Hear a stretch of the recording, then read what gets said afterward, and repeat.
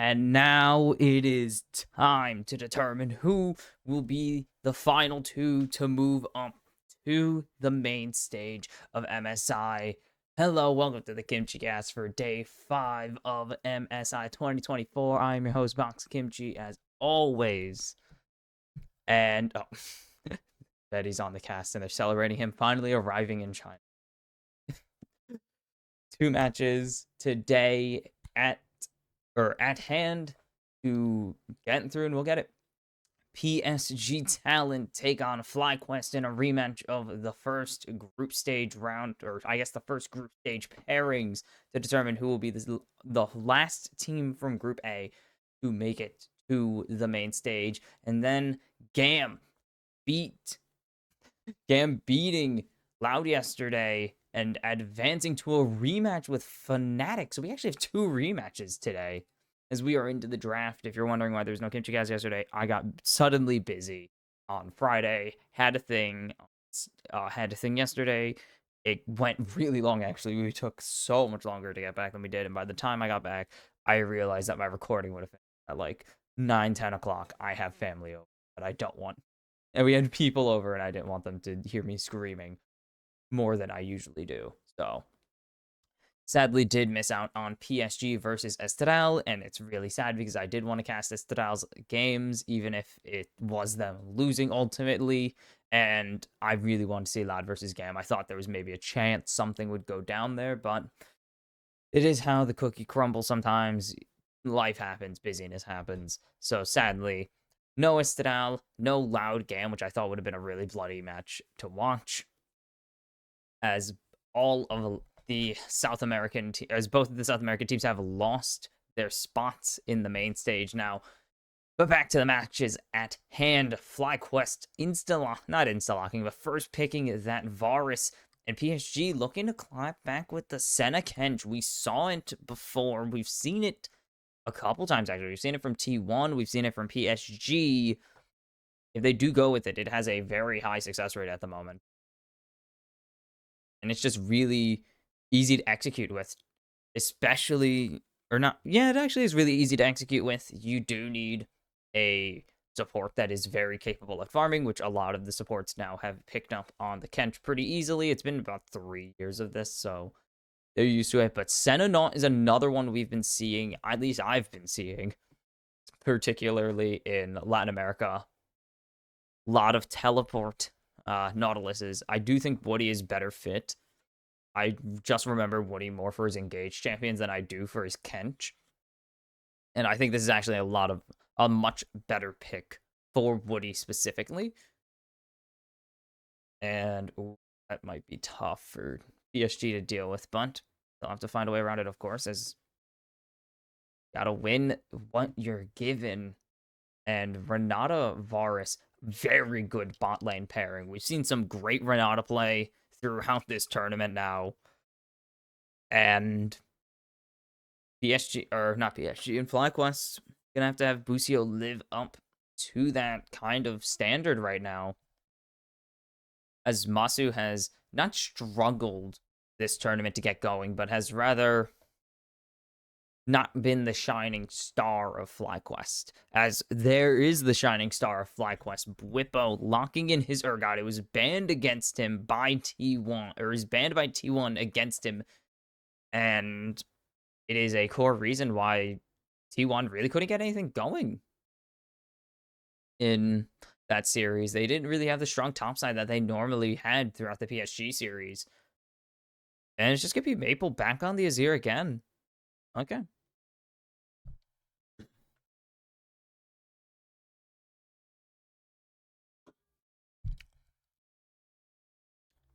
Time to get rid of jungles. I don't know if FlyQuest banned out Aja. They have really not had to worry about him. Again, I sadly don't know about the matches yesterday. I don't want to check in case I absolutely just spoil myself, because this is happening at 4 in the morning my time, and I'm not recording at 4 in the morning my time. And Sejuani going to be taken away from Inspired, a champion that FlyQuest obviously have played. Almost every team has played a Sejuani at some point in the tournament. Twisted Fate taken away from Aja, though. Interesting ban there. Interesting. Okay. I I wasn't expecting them to actually ban out anything from Daja. He just did not play well at all against FlyQuest. He was really limited by Bwipo, or really restrained by Bwipo and inspired in games 2 and 3. And even in game 1, he wasn't super inspiring, to be honest, for PSG there. Xin Zhao taken away from Inspired, another champion that he has plenty of experience with and has won with. I'm trying to remember, man. My memory is fried. I've not checked anything on this tournament in a while. And the Udi are going to be taken away from Aja as well. Okay, so they're going to get rid of both of the top sides here. But that's just going to be Junja locking in his jungler here to get counter. Or no, wait, actually, they could get jungle counter pick. I don't know why they're not taking a top laner here. It's Urgot. You're not sending Urgot anywhere else, but they're going to lock in Junja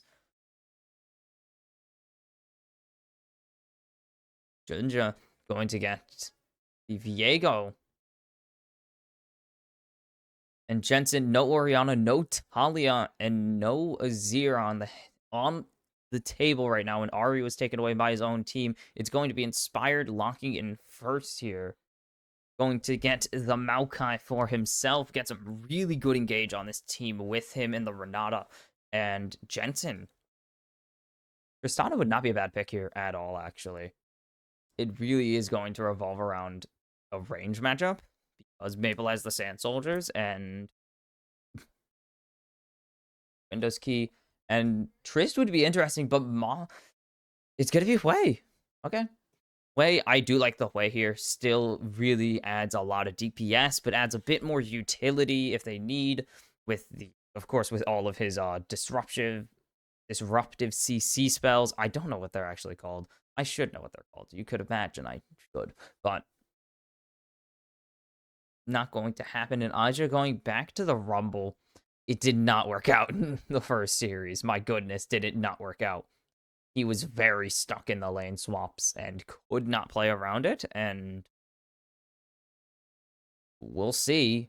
I don't really like this comp if they wanted the Rumble here. I'm not really a big fan of this comp for Rumble. He's really going to need to rely on Woody and Woody to absolutely go crazy with his depth charges to get anything or chain some I don't actually know what those are called, what the autos are called, but chain some of his passive autos together to really get anything going. So this will be interesting to see what the Rumble's doing, because usually when PSG run the Rumble, we see them parent. Why is this window not? There we go.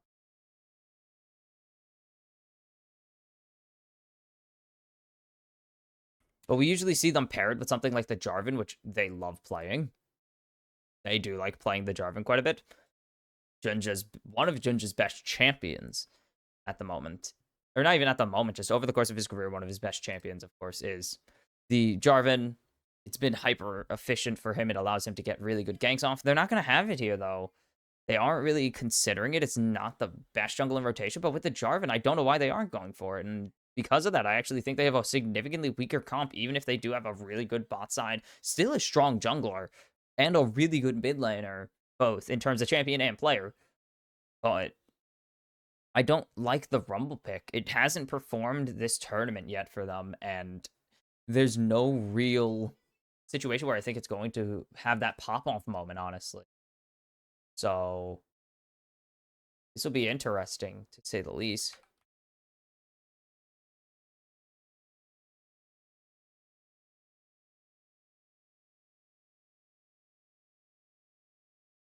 That is useless. And, okay, going to be lethality Varus here. Not really a surprise. Only has one tank to really shred through, so not much use.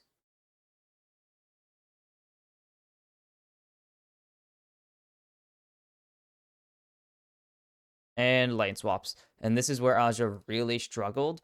Wibo not going to really try. I do know that he isn't going to struggle as much. We've seen him in this situation already.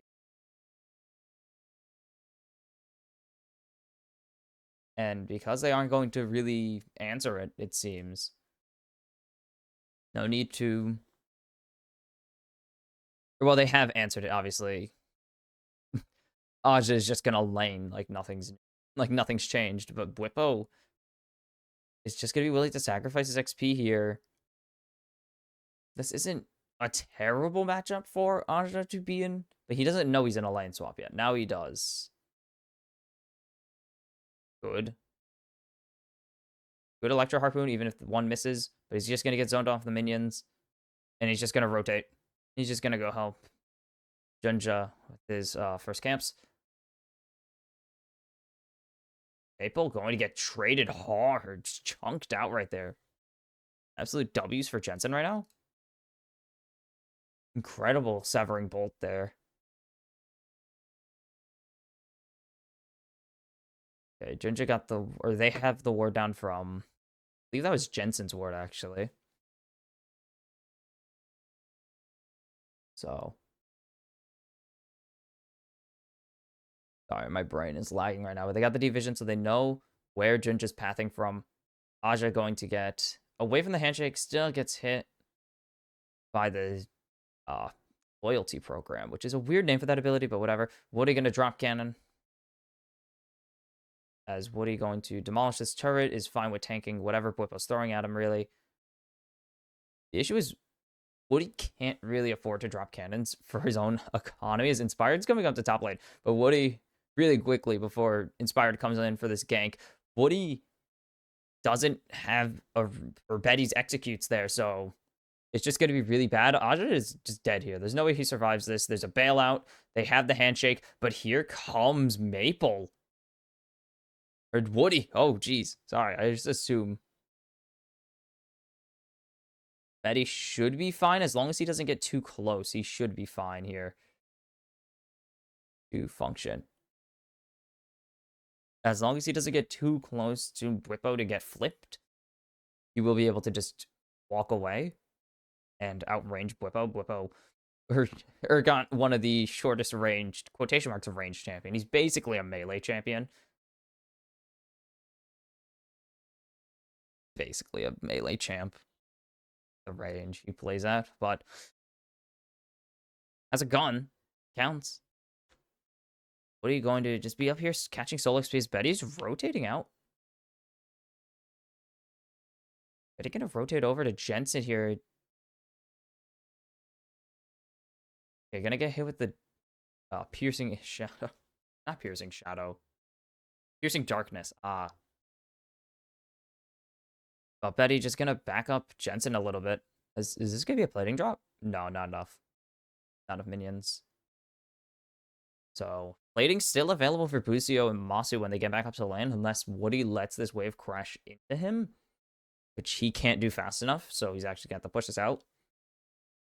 As Aja has swapped lanes here. Oh.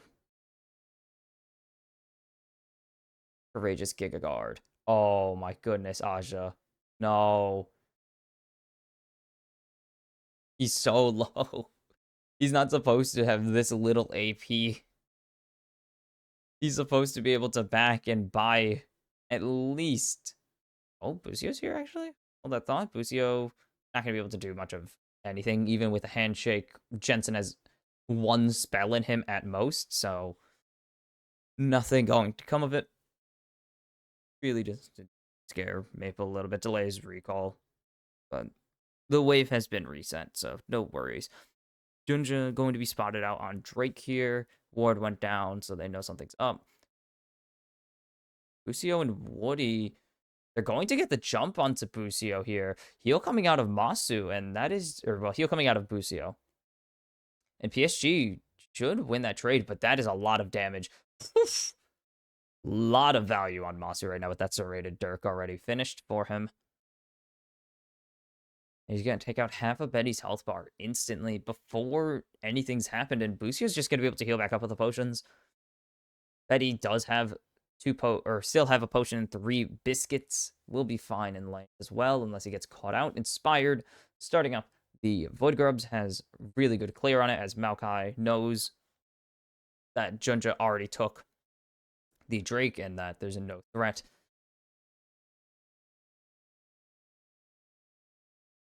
You're going to be able to dodge away there from Piercing Arrow. Oh, it's Piercing Arrow versus Piercing Darkness. I just put 2 and 2 together there. Interesting. Shuffle available for Maple. Not going to get anything, actually. Already has. Emperor's Divide available. No Shuffle at the moment. Already used. Ooh. Maple barely dodges away to safety here. This should be, yeah, pretty much that whole wave picked up there by Betty. And Woody Masu going to hang around and push this out with Busio, actually. And Betty and Woody going to commit. They didn't see FlyQuest stick around here, so they have really no knowledge to say that they should stick this wave. But Masu now going to push this wave in. Should not drop a plate. This thing is, I believe, at a full health of a second plate there. Whippo is technically free farming on Aja, but it's not a lot of it. It's not a lot of CS. Now, Masu free farming on Woody is the correct answer. As there was a ward, Betty knows there's a ward here. Spot him out. But Jensen was not worried at all. But what is Betty going for here? Betty, waiting for Jensen to step forwards. Maple has the Emperor's Divide available, has the full combo. If Jensen wants to get aggressive and he can dodge, then it is very over for Jensen. He has to at least flash it if he's not dead. As Aja can't really get dove here. He has ultimate available. What are you going to get a plating up in top lane for himself? Yeah, they wanted this dive onto Aja, but the issue is it's a Rumble. You can't really dive Rumble when he has ultimate up. So, play going to get canceled there, and Masu and Busio just going to let this wave kind of peter back towards the middle. Jensen and Maple still trying to wait for the other to move first. Maple barely has used any of his mana. Jensen has burned so much of it to keep the waves away from him. As it's now Woody versus Bwippo. This is a new one. And there's, trying to get the flash out there. And there's the divide coming through from Maple. Jensen, no mana, but he's going to get some back there off of a biscuit, I believe. So Maple actually still getting a lot of damage off, getting a lot of value out of that play, even if Jensen confident that he isn't going to get deleted, and he was correct. He lived. And so this should be reset from Jensen pretty free. Maple can't really put a Sand Soldier that deep. So if Jensen wants to take his recall or just wait for Maple to push this wave out, he can. He has a biscuit still. He has a potion. I don't remember Triple Tonic at all because it's useless. Jensen pretty much can't trade this. I don't even know if he has he has enough mana barely for Spiraling Despair, but it's not worth it. So Jensen going to take his recall here. Maple likely going to follow suit after resetting this wave. As the lane swaps continue. That's going to be Betty and Woody rotating back or swapping back to top lane. Busio could cancel this, and he will. There's no teleports. So the wave going to be a little messed up here for Jensen coming back as Busio pulled it a little bit.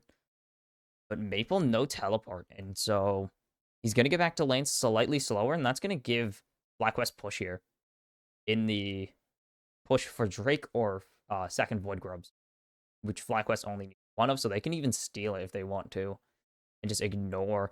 As you can see, PSG pushing in that top lane, crashing it onto Bwippo, so he can't rotate yet, and they're just going to start the Void Grubs. First one already down. They need to get all 3 here to deny any Void Mites, and Inspired not even going to bother contesting it. Jensen going to push in this bot wave. They're setting up for Drake here to deny, or they're setting up for Drake instead to deny. Drake stacking, Drake rushes as a strategy for PSG Talon. But they can't actually. Not yet. Even though they have really good push in bot lane right now. They just don't know where Judge is. And there's the flash on the Emperor's Divide. The Shuriken shuffles great, and Jensen will fall. First blood to Junja. And 11 minutes. That is a bit of the value of Maple throwing out the delayed Shuriken shuffle earlier. Jensen doesn't really know what Maple's going to go for with these divides anymore.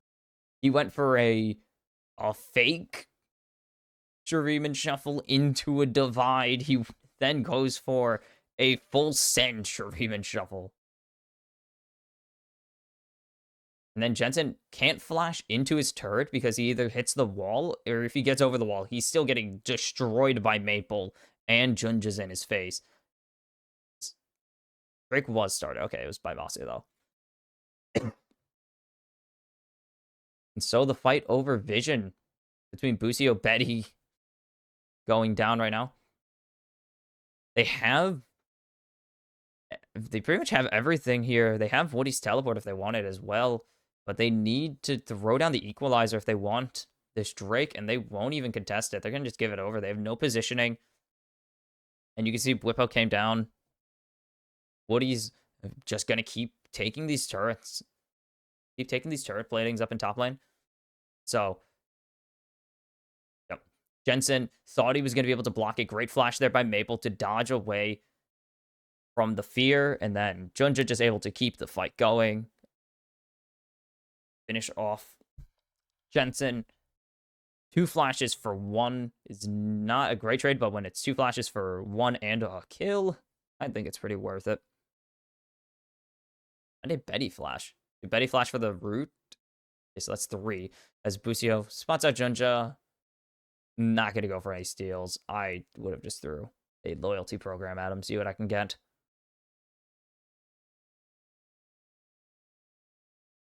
How many stacks does Betty have? Actually, 40. So he's just gotten his second range upgrade, and he's just gotten... Junja's going to get spotted out here. He's just gotten another crit upgrade. And then he has... there's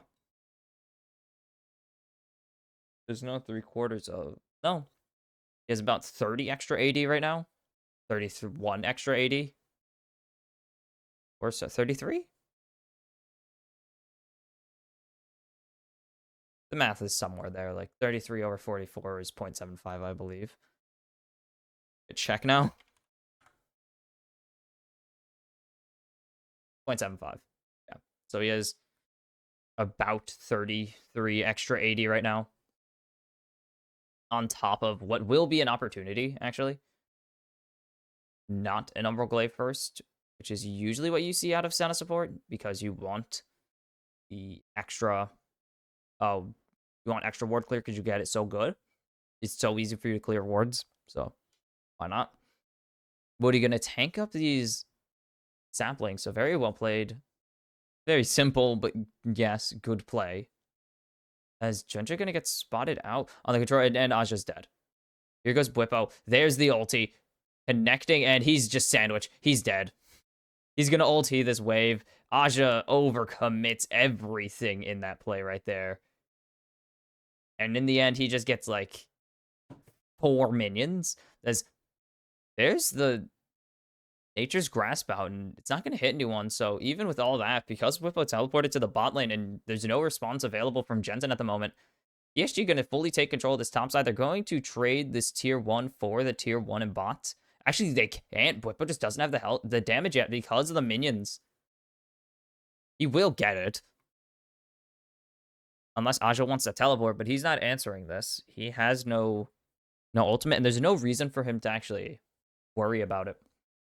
As Whippo has to drop local gold for this, though, most importantly. Whippo gives up his local gold because he kind of has to respect the fact that Aja can chase him down at 0 health. So they lose out. So FlyQuest lose out on first turret. They lose out on Rift Herald. They lose out on Void Mites. They get a Drake and a kill instead. And they still get the turret. But they lose a little bit of value. As there's the jump out of Whippo from Junja now. And Bwippo already pretty low, but Junja has to respect the fact that Bwippo has a freaking chain gun and can kill him. As Aja going to get this tier 1 in bot lane, so a bit better of a game already from the PSG top laner compared to the last game he played of Rumble. Junja needs to be very careful here to not get locked down by Inspired. Has Woody here, but Busio and Masu very threatening if they do choose to just rotate over. There's not much stopping PSG from dying there. They just throw out. If FlyQuest just throw out spells. They have a lot of chain CC right now and a lot of fight capabilities. And the Rumble hasn't really done much, so we'll find out what this... As Ginger just going to tank it, it's not that much damage, to be honest. No AP Maokai nonsense anymore. Guardian out. That could be really big, actually, for PSG. Is having that really good defensive tool down.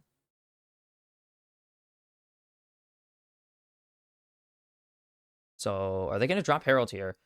Because here goes the TP from Jensen now. So, everyone's here. And Herald comes down, at least to distract if it doesn't get the crash. It won't get crash. Yeah, it's dead.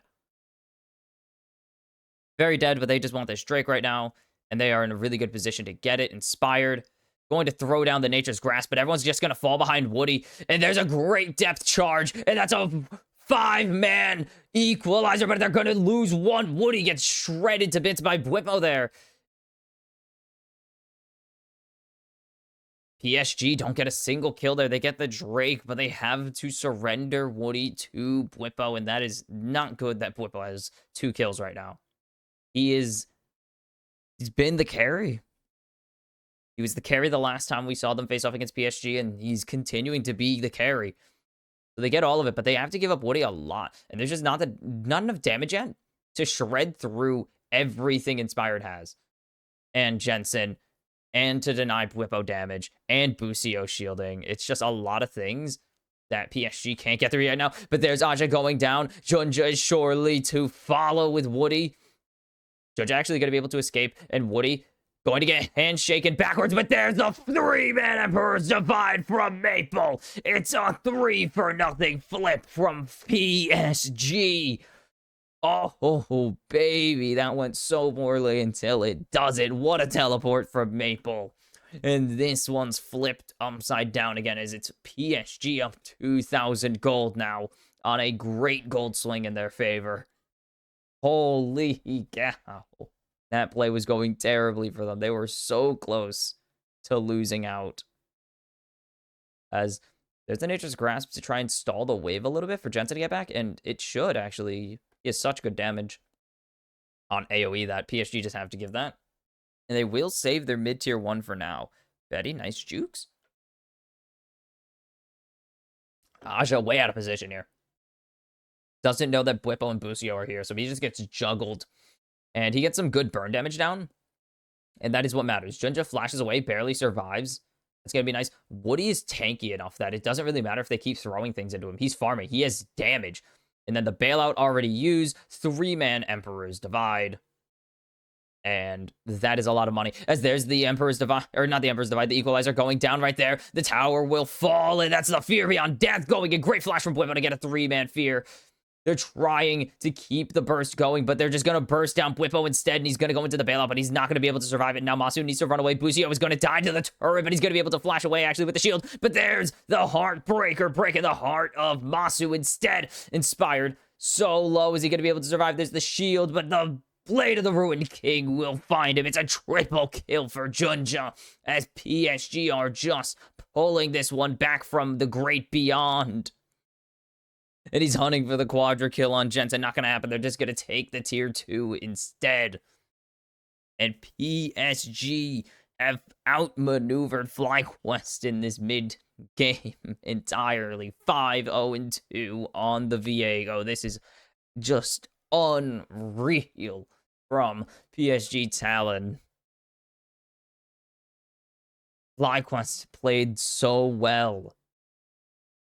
This fight starts really poorly for them, though, is the issue. Is they lose a lot of value. And they only get Aja out. Aja's already used all his value. He threw the Equalizer down. Look how chunked FlyQuest is in the backline already. And they're trying to fight double damage carries. Double damage carries of Viego. And they can't shred through Woody. Woody has the CC and the peel to survive forever. And Inspired has to keep running. Doesn't have the move speed, sadly. Tries to grab the heal, maybe thinks that thinks that he could survive just a little bit longer with Busio's shield, maybe buy some time and dissuade Junja from finishing off that kill. But Junja's 2 items. He already had the Sundered Sky finish. He's not worried about you. And PSG are just going to call for the Tonk play now, and they're just going to call for Baron, actually. Going to not end up calling for it. They're calling for the positioning and chose not to. They're looking for the ambush here. It's a 5v3 there, though, and they should not be taking that. PSG going to back out of the river. Aja's here. They've made the Rumble really work, actually. It's pretty much the dream depth charge that I said they would need. Exactly what happened. They got the depth charge that lined up 3 members of FlyQuest, and they just threw it down. As there's the Chain of Corruption coming out, and Aja's going to be about quarter health. And now he's half health. That is the thing about this lethality virus, is he doesn't need his W to really shred you on this moment anymore. He's 2 items. He has the lethality. He has the straight AD to just rip you to pieces. As PSG Talon looking for the Baron here. Or not the Baron, the Drake Soul point. Maple going to get spotted out. He's just going to clear as Junja has plenty of damage to finish this off himself. Jensen not going to connect the fear. Is a weird angle fear. And I think it looked like it was going to go a bit more parallel than it did. Instead of running down, it looked like it was going to run upwards. That's how it works. Turret self-destructed. Who cares? Jensen can't really chase down Maple. He'll get some damage down onto him, but Maple always has the shifting sands. With the conquering sands to be able to escape.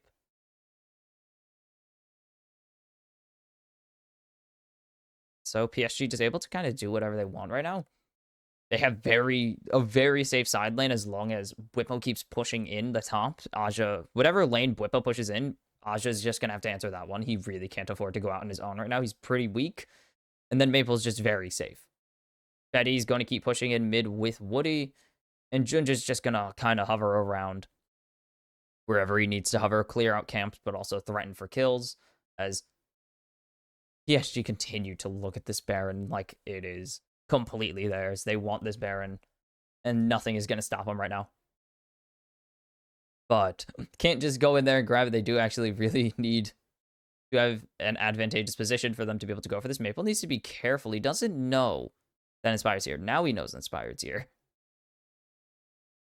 Oh, Whippo sniping away that camp there. As the Rainwood's Omen, that's going to be really good into Betty, who just automatically scales crit. Whether he builds it or not, he is automatically scaling. Is it 35? I actually don't know the scaling on it. It's something for 20. As PSG, FlyQuest knew something was fishy in that bush. There's no way they're not hiding in that bush somewhere. So, FlyQuest just throws 10 crit per 20. Okay. So right now, almost at 50% crit with 0 crit items for Betty. 95. We're about to break 100 souls already. 24 minutes ain't that bad, actually, for 100. I'm pretty sure that's average, if not a little above. Up to 97. Needs a little bit more. The root not going to connect. Who's going to win the smite over the red buff here? It's going to be PSG. It's going to be FlyQuest. PSG just give that. Actually, no, it's FlyQuest who win it. And there's the equalizer going down in a huge choke point. Great depth charge. The hostile takeover is going to be massive to get Betty backed out, but Aja has to flash away to safety, but he's not going to survive. Jensen is way too much damage. Woody going to get smitten by the Severing Bolt, and another one, but it's not going to be enough to kill him off. He's very tanky, and PSG bite off more than they can chew. They do not respect the damage Jensen can put out. They did not respect his game. They did not understand his style. And Jensen pretty much wins that fight by himself. As long as they keep this way fed, this is peak old C9. Good smite there by Junja, but here goes Aja. This engage is really good, actually. And the Rumble hitting 4 is so good. Dawning Shadow is great, but Aja does not need to commit here. He actually needs to disengage because the hostile takeover is so damning. But look how much damage. They're all standing on the fissure. They're getting hit by Qs. The Spiraling Despair already got used. It is just too much for PSG to do in a small choke point where they don't have full control of it. They had the collapse with Aja, but Aja doesn't really have anything if both Inspired Whippo just peel off and kill him immediately. So they really need to worry about who's on the flanks. Because Aja being off screen is good. Because they don't want FlyQuest to know when the equalizer's coming down. But they also need to actually be aware that Aja's not going to be able to live for super long. Unless someone drops, Aja's not tanky. He has a few hundred health from the Leandries. Does Leandries even give health anymore? He is blooming, though. Blooming. So that's about it. Blooming.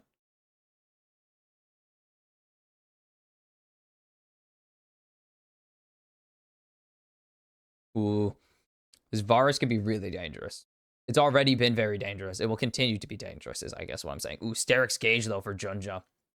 Junja going to be a lot tankier now. And 3 items on Maple. This is going to be a problem. Junja, in not a great position, but what he's going to overcommit, I think. But Inspired's already half health. He's forced to flash away from his own redemption. Whipple's locked down here. And there's a huge root right there by Betty. But nothing going to come of it. They don't have the equalizer. They threw it down already, and there's no way they could follow it up. A lot committed by both teams for no deaths is crazy. As the root not going to connect, and here comes the teleport from Woody. As that's Drakesoul down. Attack speed going to be really nice for Maple and Betty. But our FlyQuest just going to call for the Baron. They can try to. They have full control. PSG don't know where they are. They just know they're vaguely on the river right now. And FlyQuest kind of realize they don't have anything to fight here. They burn everything. Actually, they have almost every ulti. No, they don't have Nature's Grasp. Aja's dead. Aja's out of position here. And he's going to die. No doubts. He's just trying to keep the wave hitting him as he's just distracting. Baron will go down. Aja will give his life. Can PSG win the 4v4? Inspire going to be able to get away with a sliver of health. Good handshake there to stun up Woody. And FlyQuest, they need to chase down this Evering Bolt. Going to connect onto Woody, but Woody going to be able to jump away to safety. And now here comes Whippo. The Severing Bolt not going to connect. Betty rooting up Whippo now.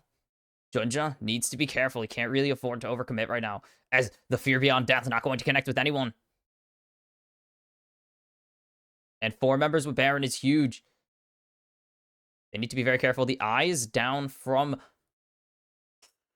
Wait, Aja?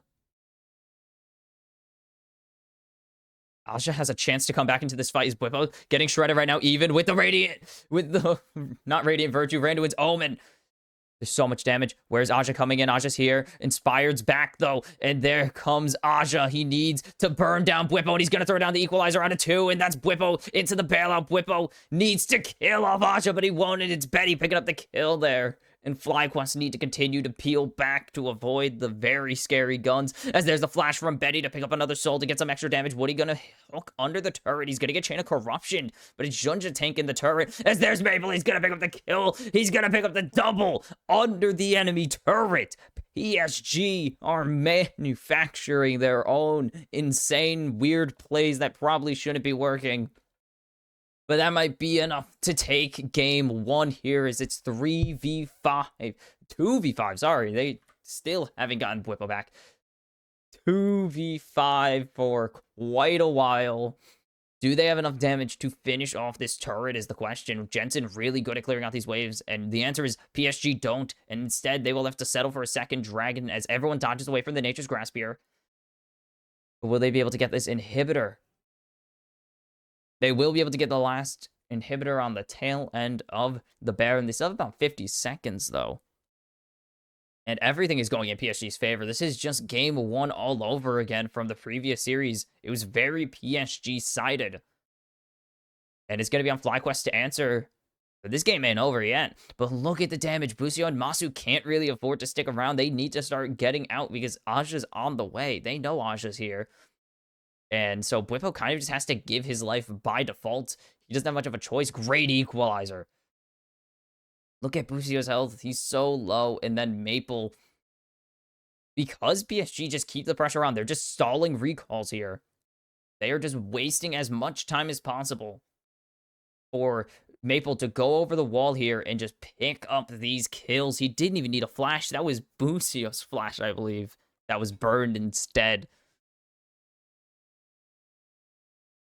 10,000 gold. 10,000 gold ahead is the reward for PSG Talon in this game now, as they will get the final tier 3 off the map. And now it's just down to team fights. There's nothing left for FlyQuest to do. They just need to figure out a way back to defend for 5 minutes now. 3 more minutes.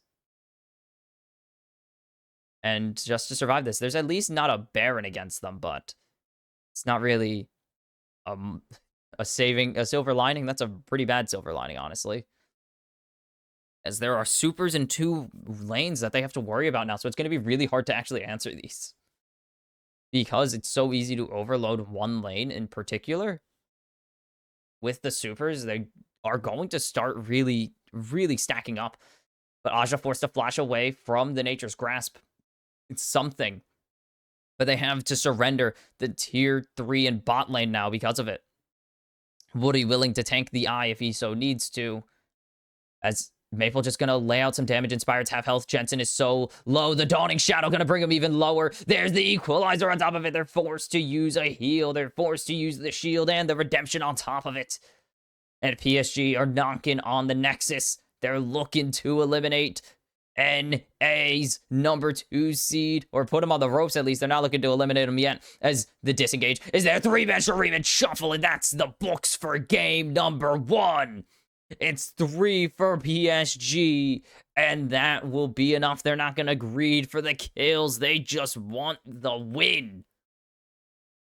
1 more win to go for PSG Talon, and they will be competing in the main stage. Very well played. FlyQuest had some moments, but it just wasn't enough. And PSG Talon are on the verge of eliminating the number 2, the original favorites to win the LCS. And that is insane, especially with Aja's Rumble. I didn't believe in it. I didn't think they were going to be able to do it, and they have proved me wrong. Horribly wrong. And I love it. I love when that happens. I love when teams that I say something about negatively prove me wrong. I also love it when teams that I say something positively about prove me right. And I was kind of proven right, not white. I wasn't proven white. Bwipo very much was partially the reason for FlyQuest being in this game still. But he also kind of, this isn't really his fault that he was answering Aja. He kind of knew that he needed to answer this push, or else Aja was going to put a lot of damage on there, especially once the Baron buff went through and he wasn't able to teleport out in time to really get anything. I don't know where I kind of know where FlyQuest fell apart. Their team fights. They got over aggressive, and Maple's punish really put them behind. That Maple punish was really strong. Like, oh boy. FlyQuest had the lead. You remember, FlyQuest had the lead coming off of second Drake fight, which wasn't really a fight. It was just a disengage. And they went into, they tried to push into the jungle because they saw Aja. They tried to push into PSG's red side. They got Aja down, but they weren't prepared for Maple to come back and just tear them apart. They weren't prepared for the damage, for Junjia's survivability, how tanky Woody was, so they weren't even going to be able to trade 2 kills into it and make it even a 3 for 2, which is barely justifiable. It really, I know FlyQuest are a bit cockier than most of the teams here. T1 are better than you, but they're a bit more humble about it. Even if they say, like, you know why we're here. They're the best. They're one of the best teams in history, in League of Legends history. They can say that stuff. Faker is literally the best player to ever touch the pro scene. I think he's justified to say, we're only here to win the championship. This play-in stage does not phase us at all. And, well, they were right. They went 4-0. But for FlyQuest, it's... I'm not saying they are objectively worse than PSG, because I think they are better. I think they are generally a better team. It's just they are very cocky with the way they play, and they are very willing to not rub it in, kind of rub it in. It is Whippo. He does like taking in fan. Like, they kind of know when they can skill diff, and they like getting away with skill diffing, but it doesn't happen all the time, and that is very true here. When they get behind, they really need to find those team fights, and PSG just weren't letting them back in. They had the lead. They threw away the lead because they got really aggressive on a play they should not have gotten aggressive on, and then punish. And then throughout the rest of the game, they just were playing catch up. They pretty much only killed Aja solo, and were getting pick up like trade kills until the team fight exploded in PSG's favor. They were overextending fights, but that was also because PSG, I was thinking of the top chase down with PSG eventually made it a 3-0, but that was also because PSG kept the pressure up. They couldn't disengage fully. And because of that, they knew Aja was going to collapse onto them, and they had to answer that fight. And that was just very well played. That was played probably as well. And speaking of, actually, yeah, because I wanted to talk about this. This is what I'm talking about. They go in, they know they can get Aja here, but they are just not prepared for the rest of PSG to be here. And we've seen this play several times from multiple teams where they try to go in, get one, get aggressive, but then they are just don't have any damage. Woody's too tanky. Junja's able to jump away. They just don't have the damage to be able to do anything to PSG in there and get away with it. If they went for Aja and left, that would have been the best play. Legitimately, getting Aja and leaving was the correct play there, even though it looked like, because it was a 4v3 at that point, that PSG were on the losing end. Or it was a 4v2. It looked like PSG were on the losing end, but they had numbers coming back. You have to remember the death timers. Maple was coming back from his base. Betty was coming back from, I believe, being dead at the time. And it was just not where FlyQuest needed to be in that fight. They could have gotten Aja left, and it would have been the correct play because they would have burned Maple's teleport because he was already teleporting by the time they were super in there. They would have wasted they would have gotten Junja's flash there, and they could have just disengaged, but they didn't. They pushed for the kills, and that is where the game fell apart pretty much because that put them behind. And why the heck does that say 1991? Weibo Gaming did not form in 1991, I believe. Just going to take a guess that the team that formed very recently in terms of esports are not from 1990. I'm joking around. I have no clue what the context is. It was in Chinese. FlyQuest can still win this easily. We've seen them do this already. They lost the first game before, and they can win this. The issue is I don't know if Whippo gets Urgot here. That is kind of the thing. If Urgot doesn't enter this game, I think it will be very difficult for FlyQuest to take this. They just aren't playing super well. Masu really didn't get to become a problem in that game, because by the time he was a problem, there were so many issues for FlyQuest. They need to keep their mid game strong, pretty much. Like a true Western team, they need to stop faltering in the mid game, because when you start getting to the team fighting phase, you need to keep things strong, because you're going to face, these are teams that know how to maneuver team fights very well, know how to coordinate their fights extremely well. And FlyQuest can do it better than PSG. I love PSG. I think FlyQuest can out-team fight them. They should be out-team fighting them, and they just aren't out-team fighting them mostly. So, and I think it's because they're playing a bit looser than they would normally, so they just need to tighten up like they did, or were trying to do against T1, like they did against them in games 2 and 3 previously. So, FlyQuest in a really good spot. That is Estral Esports. That is the graphic from yesterday. They just showed the worst. Yeah, they just rolled PSG Estral game 2. Sure. Thanks. Because Estral, thanks, Riot, for rolling that one twice. But PSG 1 win away from knocking out the NA2 seed and remaining perfect in escaping the play-in stage. Actually, no, not perfect. They failed at Worlds last year, but remaining perfect at MSI, at least, of making the main stage, because everyone made the main stage at MSI. This is the first year of the play-in stage, duh. But FlyQuest, they need to step up here. They are, as far as I can tell, the favorites. They are expected to win this, and they're going to need to clap back in Game 2 like they did previously against PSG to really have the doubters go, what happened to this team from LCS semifinals to now, where they kind of have fallen off comparatively. I'll see you for Game 2, and we'll see whether FlyQuest will be the first of the big four to be sent home, or will PSG lose and we're going to Game 3. See you then. All right, we're back. Game number 2, PSG versus FlyQuest. FlyQuest on the verge of elimination, as PSG are looking to be the second team from Group A to make the main stage, as we are right into the draft. And we can see the bans pretty similar to the previous game, actually. But the question is, are PSG scared of the Urgot? I would say they should be, because the Urgot was very, very useful. The Urgot is very good. Speaking of scared, Betty Senna provided way too much value. Hit some really nice roots, actually.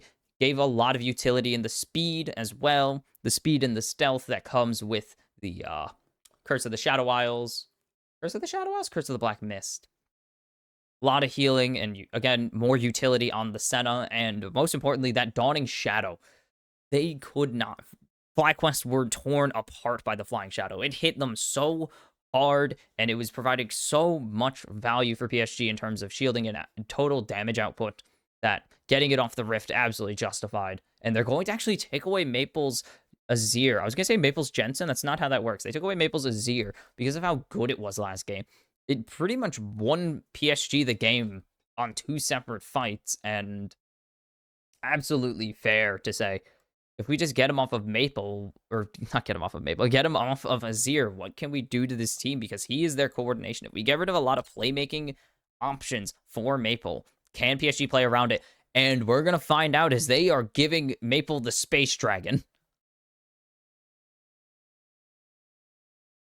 This PSG chant, not PSG chant, but PSG fan chants. That's crazy, as that's going to be Betty back on the Kalista. And if you remember, they did not win on Kalista on day 1.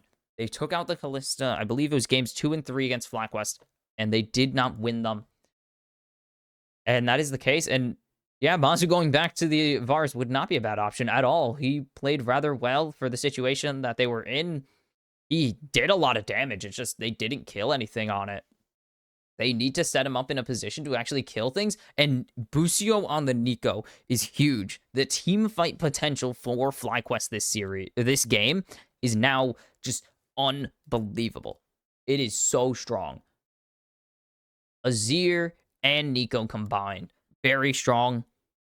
If they can actually get it to work, they're going to need to do some coordinating, because if you go in for it and someone shuffles and someone named Jensen divides the wrong direction, this could be very bad for FlyQuest, actually. So, a little bit of coordination likely to go from the Pop Blossom into the Emperor's Divide first. Is Xin Zhao going to be locked in for Junja here? Okay. Don't know what we're going for. Very good pick comp here, actually, for a very decent pick comp. I wouldn't say good. This Falling Star is a bit too... I think the Falling Star is a bit too long CD to really be playable, or to really be a pick tool. There you go. Oh, wait, I didn't mean to put that one there. Oops. That was the wrong one. I'm just inputting these as we go. There we go. The Falling Star. It is literally called Falling Star. They could have gave it such a cool name, but they didn't. It's dumb. Twisted Fate again, taken away from Aja. And Urgot going to be taken away, because they know that FlyQuest and, well, mostly any team will save their top lane for second rotation. Especially if you're able to get to your bot lane duo with a powerful mid laner option named Azir. Very smart to actually take it away entirely, as they could just lock in their support here and just wait. With counterpick, PSG, or with top lane counterpick, PSG won the game. Will they save top lane counterpick again? And they will. This is going to be the Ashe. It seems they do have the Renata available if they want, though. But Ashe, still a good pairing. It looks like they're going to go for a kill lane here. They know that this is a kill lane potential, and this is going to be Rumble locked in. They have the flex option. Aja or Woody could get this. We saw Woody play this with the Kalista already, I believe. If not, it was T1 that played this, and it was very awesome because it's Kalista Rumble. But this will be interesting, as that's just gonna be a Renekton, like the ultimate blind pick. He's good. He has a good matchup into Rumble, and if not, it's a good blind pick to have. So really.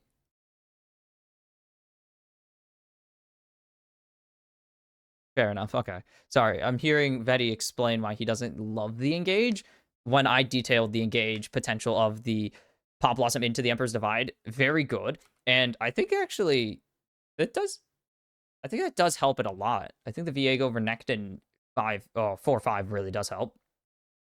You add Bwimpo's ability to go in with Inspired there to create that extra bit of engage.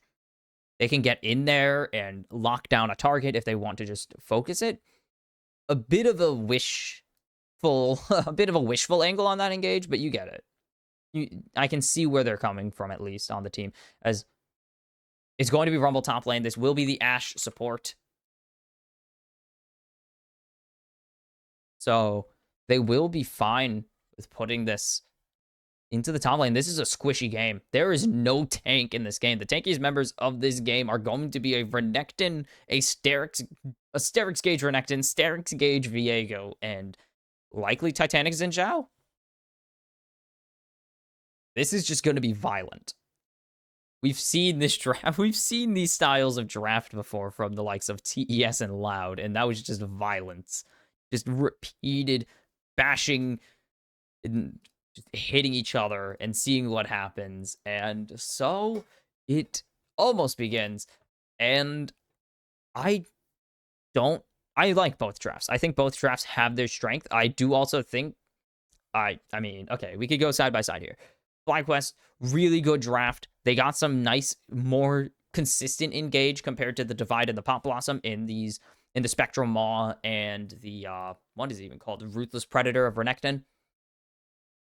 So they have that going for them. They can really set up their team fights. They have good pick potential, again, with Spectral Maw, Ruthless Predator, and the Chain of Corruption. And if they want to just suddenly turn a fight, they have Emperor's Divide as a disengage or an engage tool. Or I guess not an engage tool, because it's not an engage tool. It's a disengage or a catch tool more than anything else. And that is really good for them because they have really good burst damage with the Nico, and they have really good consistent damage, and I guess good burst damage with the Nico and Renekton, and very good consistent damage from pretty much all of their members that aren't named Nico. And on the side of PSG Talon, they have a really good comp as well. They have some setup this time for the Rumble, actually. They have consistent setup for the Rumble with the Falling Star.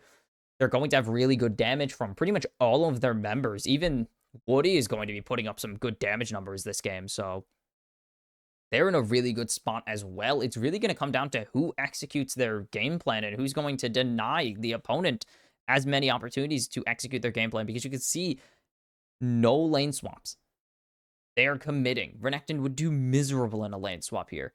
Yes, Masu and Busio would be very good into the are they actually going to go for it? Masu and Busio would be very good into the Rumble, but Whippo would just be miserable. He wouldn't even have that ability to really catch as easily because he'd constantly be getting poked. Urgot has a little bit of range to answer back some autos because he can, he has a little bit of range so he can answer back those plays if he needs to, but it's not going to happen if they switch, and they are going for the lane swap here. They're also going to pivot this into an invade because they know that PSG are invading. They literally saw them enter. So they're going to pivot this into a vert jungle angle for Inspired, but Aja is here.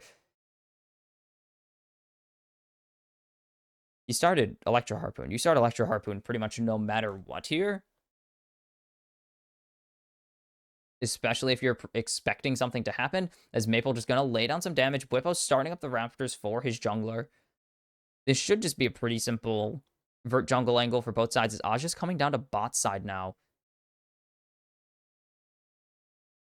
And Aja gonna just start pushing this out. Yep. They really don't need to help. Junja, he helped him on his first... He didn't even help him on his first camp. Junja had a leash on the first camp, so there was no real pressure here.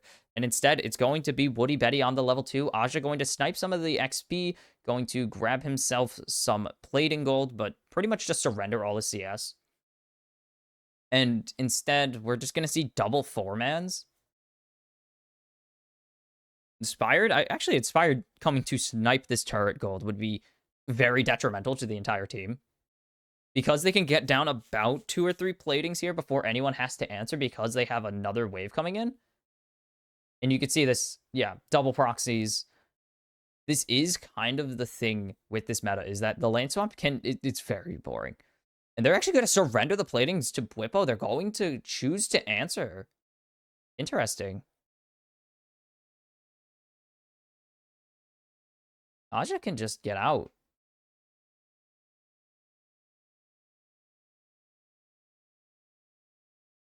As Maple's just going to tank all of Jensen's damage there. Wow. Aja's just going to back. Aja's not going to TP. He's sticking. They're going for a 4-man here. Actually, Inspired had the opportunity to go for a 4-man, but Masu and Buzio rotated out. They're just going to go for a straight-up 4-man. They're going to keep them off the turret. They're going to allow Woody and Betty to keep farming these platings. They aren't going to be able to. The wave gets thinned out a bit too much behind the turret there. The push ends. There are about 2 proxy waves. And now PSG. Nice position to be in overall, as Aja pretty much only surrenders about a wave or 2. And doesn't even surrender another plating. The second plate didn't get shredded, so Aja's fine here. He's perfectly content to pretty much off of plating and passive gold alone buy a Dark Seal and call it a day. And he's still pretty much going to be as even as he can be with Bwipo. Bwipo did stack the wave. So, or I guess now it's PSG's wave is stacking. So because Bwipo just kind of has to leave it alone, it's going to be really bad, as Jensen now has to really deal with Maple. He hasn't reset yet. So Maple's really in a good position to bully him. Bwipo is going to be perfectly fine. He's Renekton. He's going to tank a little bit of damage, actually, but that's fine. To be honest, he has so much clear. But Aja's going to do as much as he can. He tanks a turret shot. Actually, was that turret shot? That looked so weird. It was going for a minion, I think. Fine.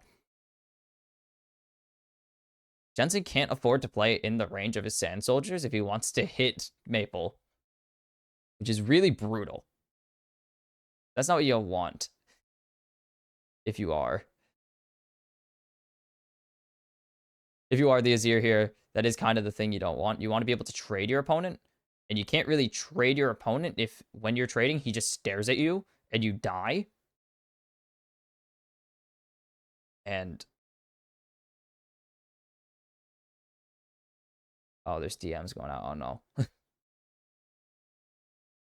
D&D session. Bwipo and Aja going to be pretty even, and that's going to be nice damage for Aja there, actually, despite Bwipo getting the heal. As Woody going to land the autos? Throw down the autos. They're going to chase down here. Very interesting.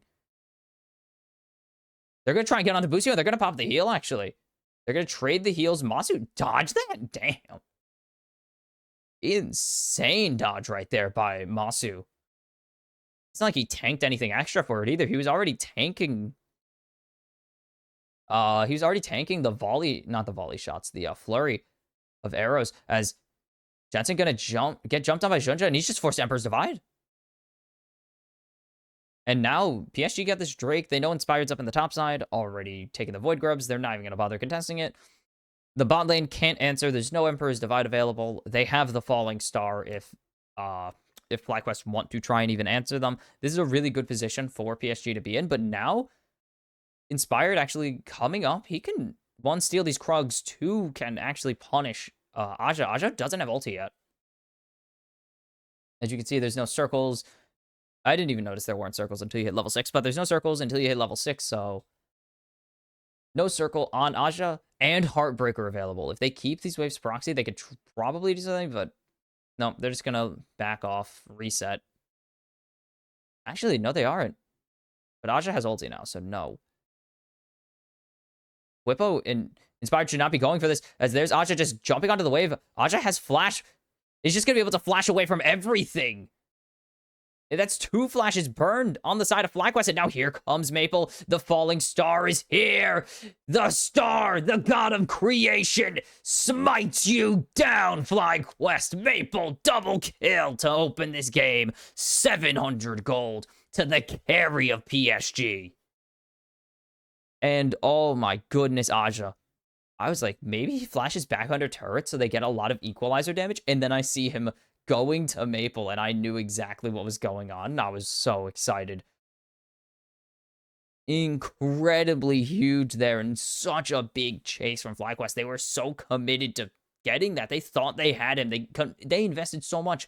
2 flashes, both ultimates. They invested the kitchen sink into this guy. And they needed to get something. And it's because they waited too long.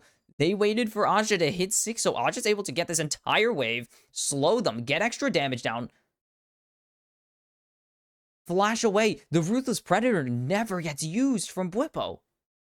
It's completely wasted. Spectral Ball comes back up, but now he's in his own jungle, and Bwipo has nothing.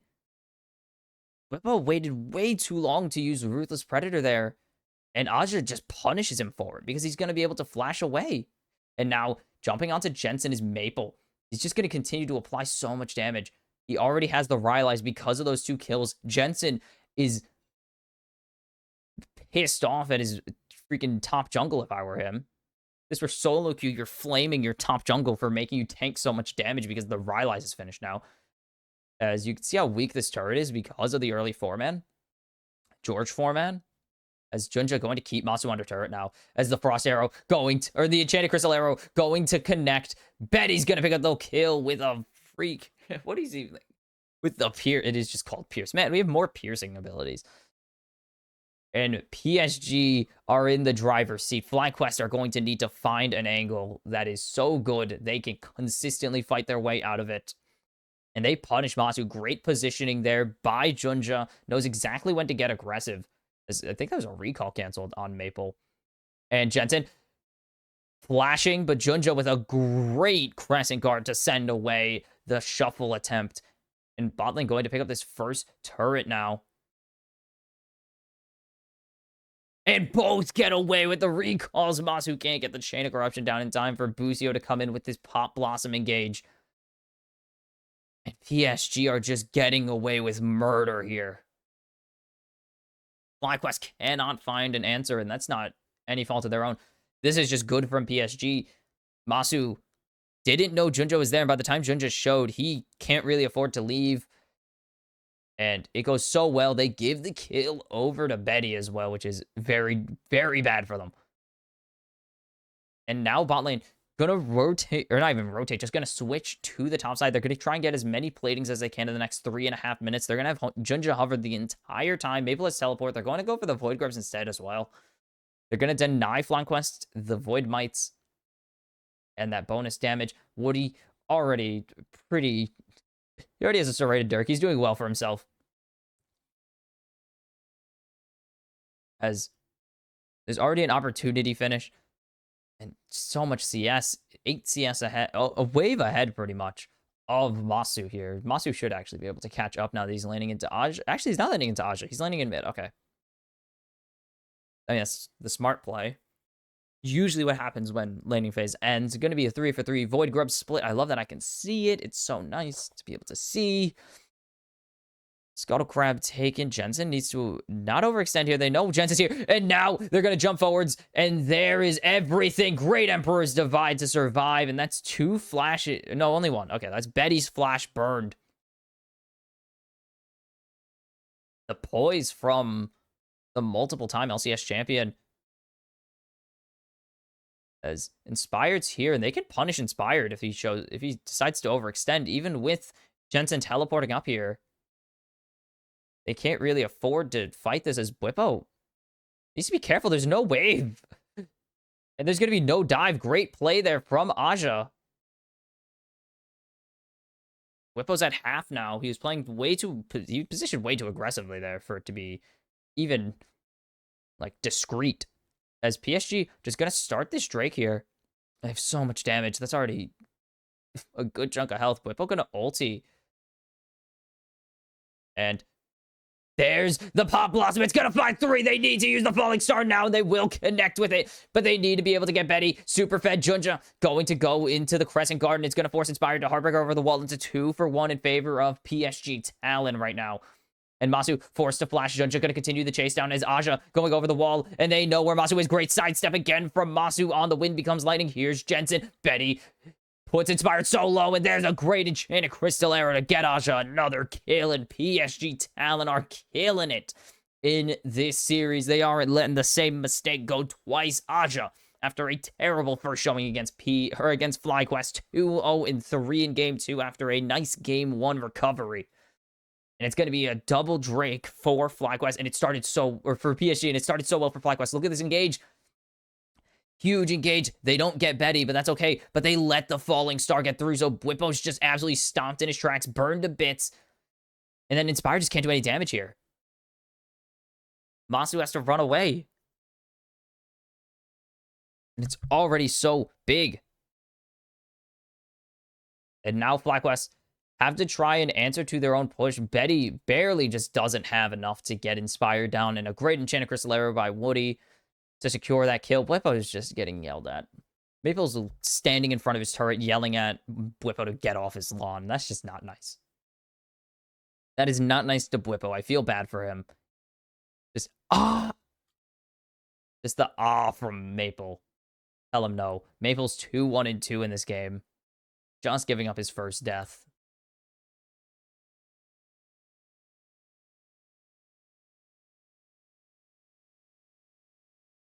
This is a very, very different PSG than we've seen against FlyQuest. Just such a 180. First series, they couldn't put together anything after they won the first game, and now they are putting together a very nice game. Just very consistent, very strong. Maple gonna just delete the first brush entirely as an option, and it's just gonna farm so many Starlight stacks. Starlight is permanent. He spends not a percentage, but the stacks he gets from it are permanent. He spends it as there's the equalizer going down. That wave is gone. Jensen's not gonna be able to finish off this turret. Is he gonna just get it?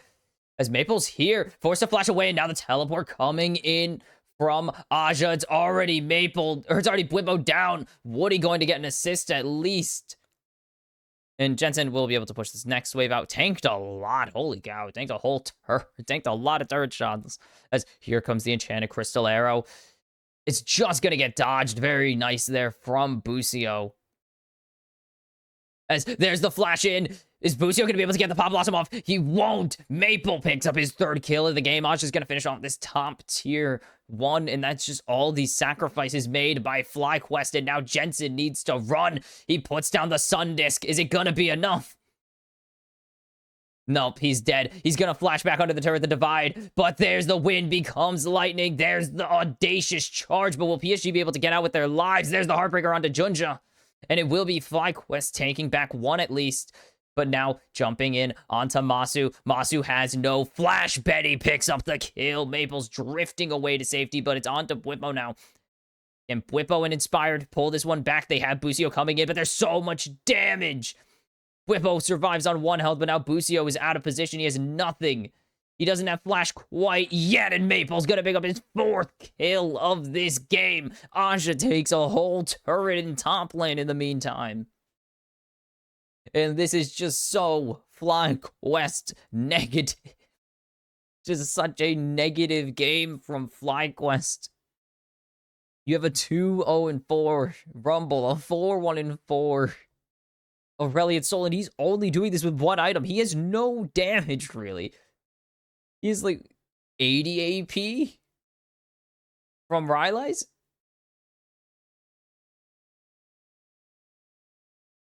Good play by Junja. He's actually blocking the turret because it's not a turret. He's blocking the turret damage. because it is champion damage. And then Betty is just able to 2v1. And then Bwipo, so close to dying here. The Heartbreaker puts him right in the slow. He thought he might be able to get over the slow well, but he won't. Bwipo just able to survive. There's no burn damage yet. And then Busio is spotted. So good. He's spotted by the Hawkshot. Sorry, not Hawkeye. Hawkeye's a superhero. But the Hawkshot gets him spotted permanently. He can't really do anything in the stealth. The heal's not enough. Masu is down. Masu is dead as Betty goes on a killing spree.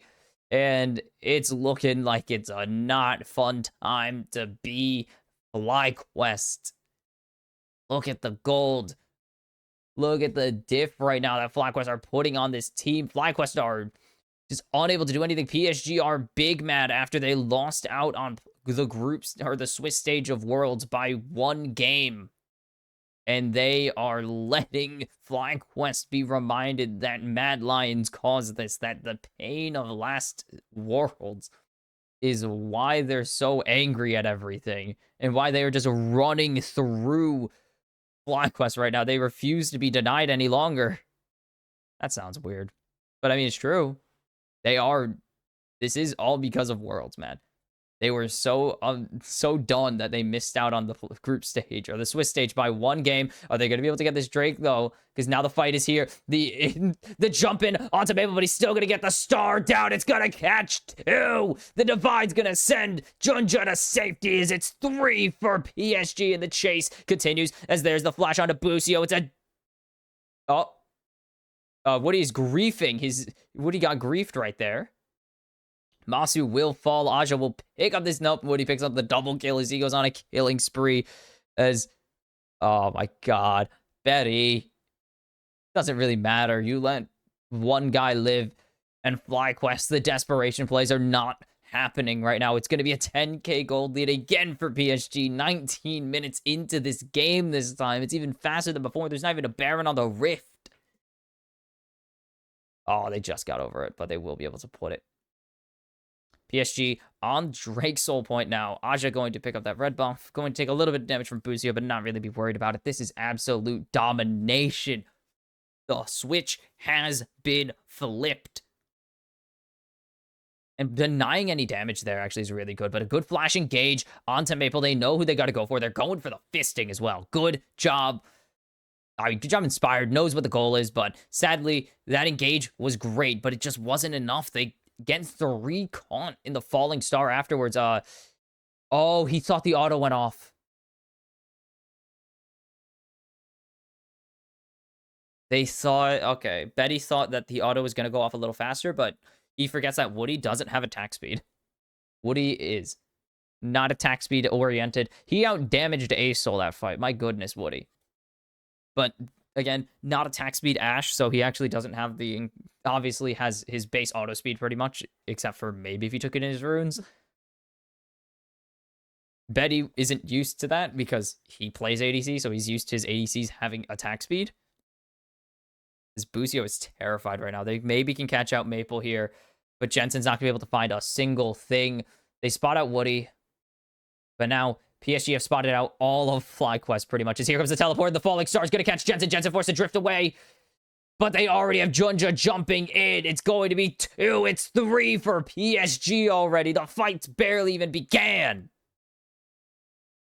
But it doesn't matter. They try to set up a play, and PSG absolutely say, nuh-uh, and just shred through them. And now it's going to be the Baron for PSG. They are tearing through FlyQuest. And it's going to be a mountain to climb. 12,000 gold ahead for PSG Talon. Great Enchanted Crystal Arrow into the Falling Star. They have so much damage, and immediately Jensen has to flash disengage, but Junja's already in. He's already destroying Busio. He's already there to catch Jensen. He's just too good, and speaking of too good, you can take the Azir, but you can't take the skill away from Maple. As he is 7-2-6. He's a bit scaled up, eh? Bit of an issue, eh? And, oh my goodness. Who do you worry about here? The 2-0-8 Rumble who's just destroying turrets and has a free team fight win button? Do you worry about the 7-kill Aurelion Soul? Do you worry about the 5-0-2 Callista? Or 5-0-7 Callista, sorry. 7-2-6 as well. There's so many issues that FlyQuest need to worry about, and they're just going to have to lose a lot of their base for this. This is the tier 3 going to be almost completely gone. They will at least have it survive for now. Aja can't really hit the turret. But no, if it's gone, never mind. There's half of their tier 3 and mid gone now. They are up to the base. They are up to their neck in issues.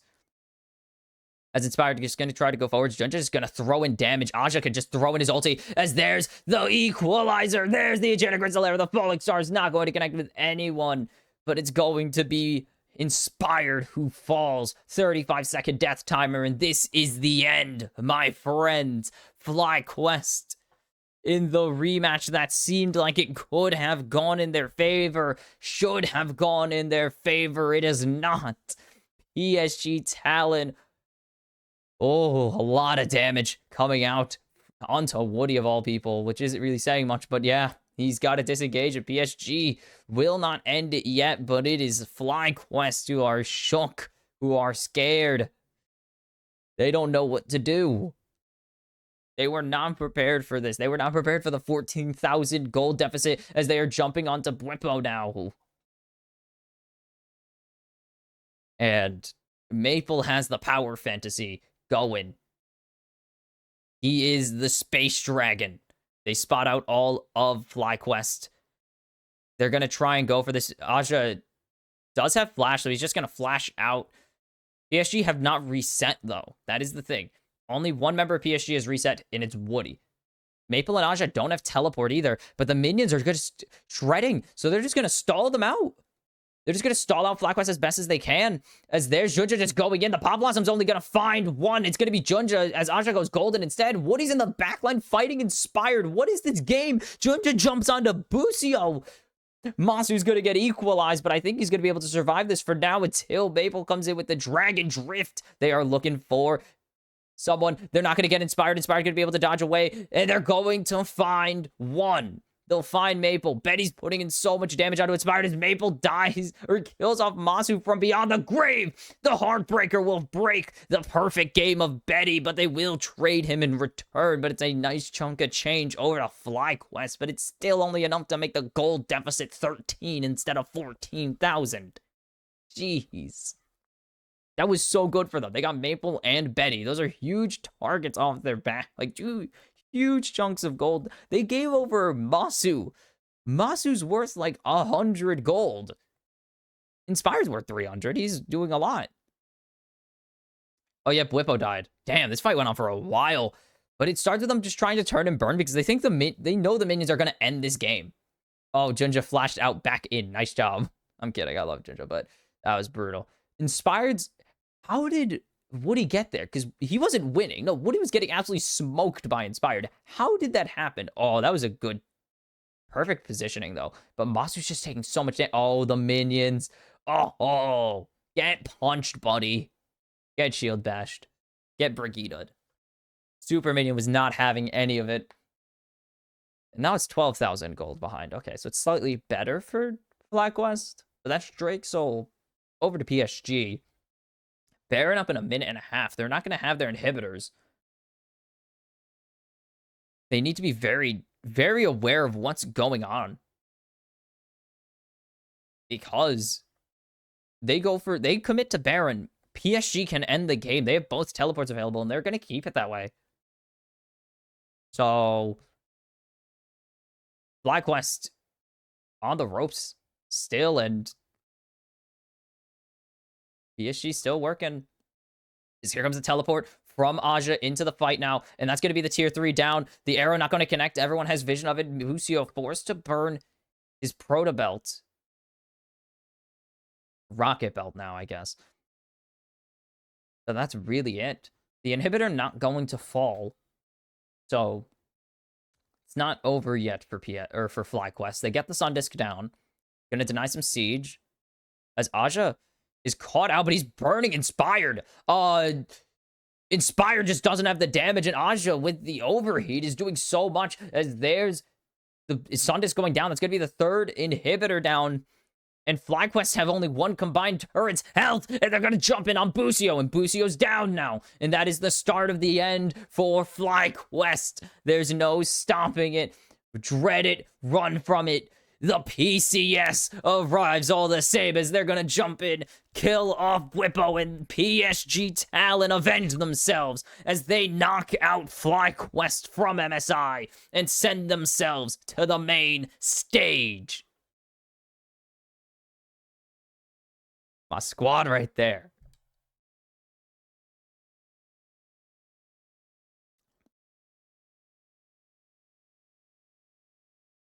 And the handshakes, of course. Masu was kind of just in his thoughts, clearly. Like, yeah, absolutely respectable. FlyQuest, I don't know what happened. I really don't know what happened. I'm not even joking. There is no joke. What happened?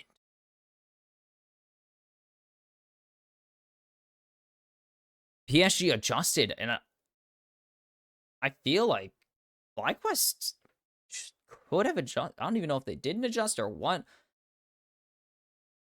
But it's 2-0 for FlyQuest. Or not for FlyQuest, sorry. 2-0 for PSG in a shocking turn of events. Yeah, I was gonna hang on the game to get the final bounce from FlyQuest. A round of applause from the crowd as they played a very, very tough series, a very tough opponent, of course, as disappointment in their eyes, for sure. Unexpected. No one was really expecting FlyQuest to go out in the first place, and no one was expecting them to go out this, in a matchup this brutal. A team that they gapped in the final 2 games of their first meeting completely ran the table against them, and that is unreal. That is unheard of almost. PSG adjusted so well this series. They were ready for the lane swaps, clearly. They were forcing the lane swaps pretty much. They were the ones that were really running lane swapped game. The lane swapped game 1. They were prepared for it. They had the plans. They laid out what they wanted to do, and after a few mistakes, they cleaned up pretty well and didn't make any mistakes pretty much the rest of the game. They allowed themselves to play the way they wanted to. And then game 2, from minute 1, they were just outplaying them. It all starts with the first blood back for Aja. Overextensions, and I think that's where FlyQuest fell. They were way too aggressive, and PSG, they know how to play into aggression. They know how to counteract aggression with more, with coordinated aggression. And that was, there were so many good coordinated plays from FlyQuest that just didn't work. That play in top lane, of course, went so well, but I think they wanted too much. They overcommitted. Holy cow. I wasn't expecting it. I really was expecting a 3-game set, but PSG came out as a different team from day 1. Clearly, they took the tune-up against Estral they took the series against Estral very well and adapted insanely well to FlyQuest's game and just punished them. And I'm floored. That is insane that this just happened. It's tough for FlyQuest. Like, you had the expectations of making it far. You had the expectations of not even needing to do this, and then just...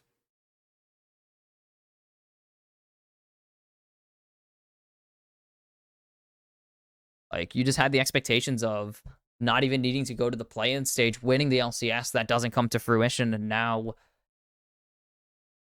you're the first of the Big Four to get eliminated, first of the Big Four regions to get eliminated, and it didn't even look close in the finals. Like, in the final match. Of course, the expectations against T1 were, if you take a game, it was an overachievement, which is just a statement of how damn good T1 is, not a statement of how, quality of FlyQuest. T1 are just on a different level than most of the teams at this tournament, and taking a game off of them is insanely difficult, but just not even putting up a fight against PSG after the first 10 minutes or 12 minutes of game one is unheard of, is unreal. And I genuinely cannot believe it. Like, I love this team. I love PSG Talon. And I wasn't expecting this at all. But congrats to them. They came in with the better game plan, apparently. Came in, played hard, executed hard, got the exact ending they wanted, and they are the ones who are going to be playing at least 3 more games of League of Legends, while FlyQuest are going to have to wait about a month and a half for LCS Summer to kick off for another shot to qualify for the World Championships. And they played hard, but how the cookie crumbles sometimes. So congrats to FlyQuest, or not to FlyQuest. Sorry, I feel bad because I'm not trying to say it, but it does sound rude when I say that. But congrats to PSG Talon and GG's to FlyQuest. They made it this far, and it just happens. I don't know what to say. Like, the Tampa Bay Lightning come to mind. There are no words, blah, blah, blah, all that stuff. But it's just like genuine. I'm like, holy cow, this happened. This is the most unreal flipping of the script I've seen in a while. But we got to shift gears. 2-0 PSG Talon over FlyQuest to secure the final spot from Group A in the main stage. It is now time for the final match of the play-in stage. GAM versus Fnatic, or Fnatic versus GAM, technically. Fnatic have side selection. And Fnatic curb stomped GAM in the first meeting of Group B, or on day 2, which was the Group B opening matches.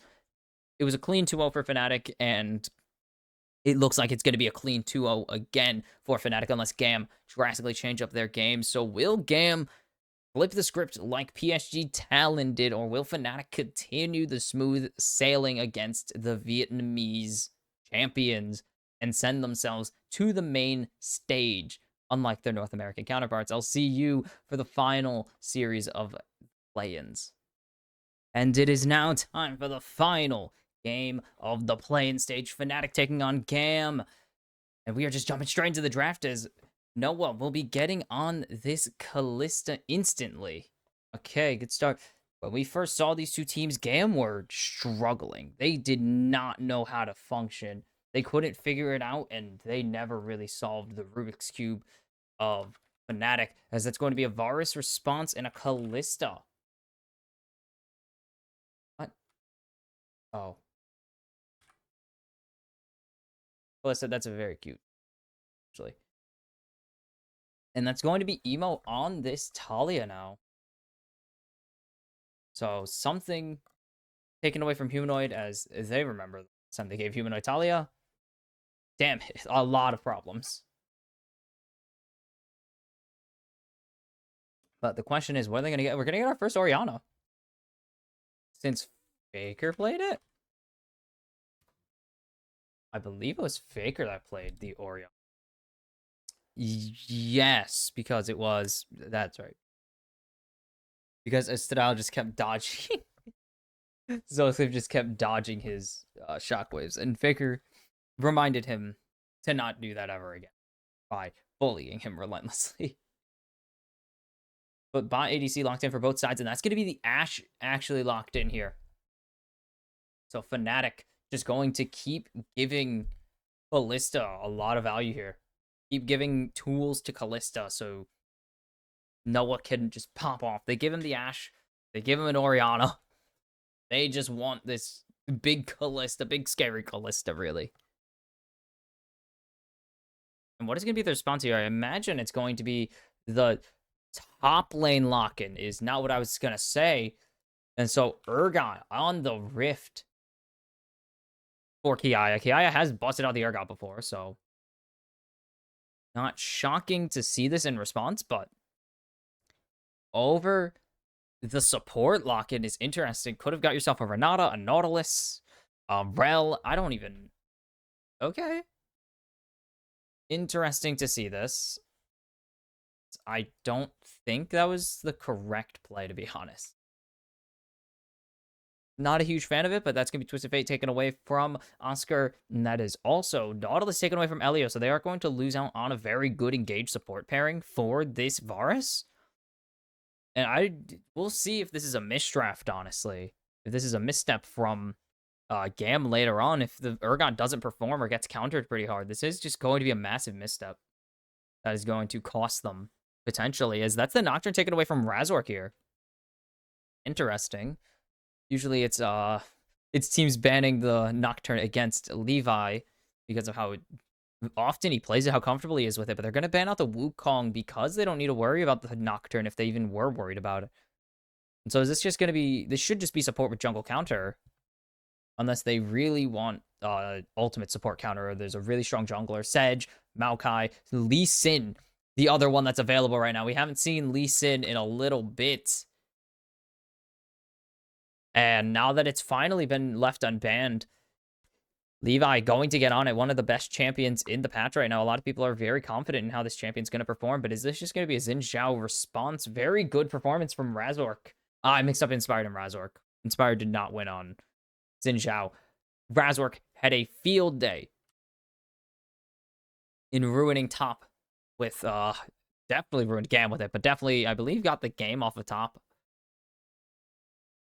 with it. And what is the final pick here? What's going to be the blind, not even the blind, the counter top lane?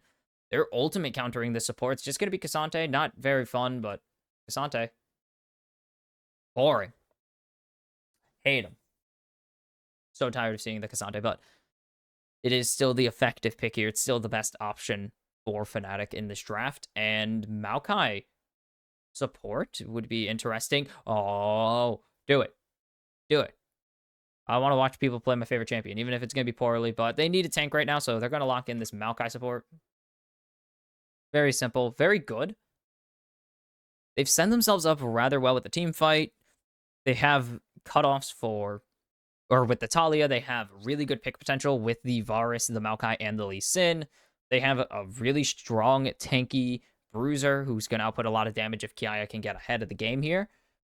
GAM have a lot, but Fnatic pretty much have just a very solid comp with their go forwards in the Cassante and the Xin Zhao and the backline of Kalista, Orianna, Ashe with lots of self-peel. I think that Fnatic should be able to take this. This is a pretty good draft. They didn't get... They still got a counterpick into the Urgot. They didn't get maybe exactly what they wanted because of the bans, but they did get a very strong comp here. This bot lane should be bullying because of how easily they could just get away from this Maokai for most of the... How hard they can make this game for Maokai is very, very much. Like, they can ruin Elio's day because of how easily they can outrange him and harass him from very far away and make it very hard for him to do his job without Nature's Grasp. It's just difficult. They have good picks. Fnatic on the other side, tankiness, good picks, really good playmaking with this Ashe and Orianna, high damage with the Kalista on their side, and the Orianna burst damage as well. Xin going to be very nice for some consistent DPS as on top of all of that. So they have a real... And don't sleep on Jun on this Ashe. We saw Woody last game. Remind FlyQuest to not sleep on the damage an Ashe support can put out. So no surprises here. Double Hail of Blades. We're going to see full aggressive play from the Fnatic bot lane here into the Varus Maokai. Very logical. Emo currently sitting in the top side to get a ward down. Interesting. So Emo not going to have a ward on the enemy jungle here. They're going to sacrifice the ward on red side, on the Raptor pit, to grab a ward on the top side brush, just in case. They're checking for a lane swap, pretty much, is what they're checking for right now. And this is going to be a lane swap from GAM. It looks like it's half of their memory. So annoying. They're going to go for a 4-man.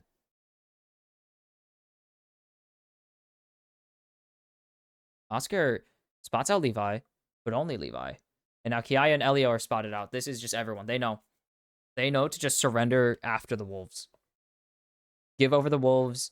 Or not give over the wolves. Take the wolves. Give them over. Actually, if Elio can get involved here, the DRX skin Razork's going to smite away this at least, as there's a nice engage from Elio, but this is going to reset. That's not good. But it's fine. Should be fine, as we can see up in top side. Easy Love has already gone to farm. It's going to be Kiaya doing a lot of the extra lifting here on this farm. Or not on this farm, on this clear, as Elio's going to go and help slow push out this top wave and slow push on the bot wave as well. This is very much just how the game is nowadays.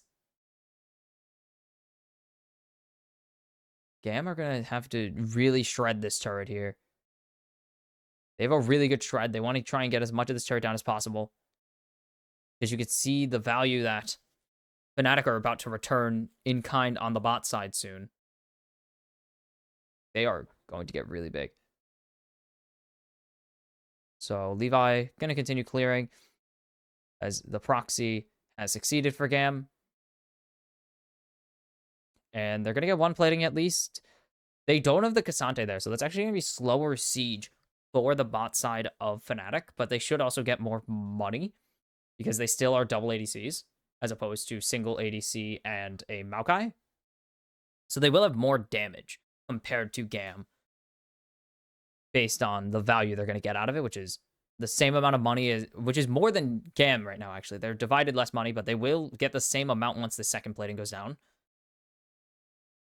But Fnatic siege is still faster, which is crazy. Get double ADC. So Fnatic going to get this wave proxy again. GAM going to go for another one. This is really going well for Easy Love, though. Pretty much all the CS in his favor. Fnatic, Noah and Easy Love love this meta, but there's Humanoid getting thrown in by Emo. Not going to be anything else. Nothing else there. Coming through. Oscar going to take one of the platings, as the proxy continues from GAM. As Elio will come down to help his, no one actually. His top laner's not down here.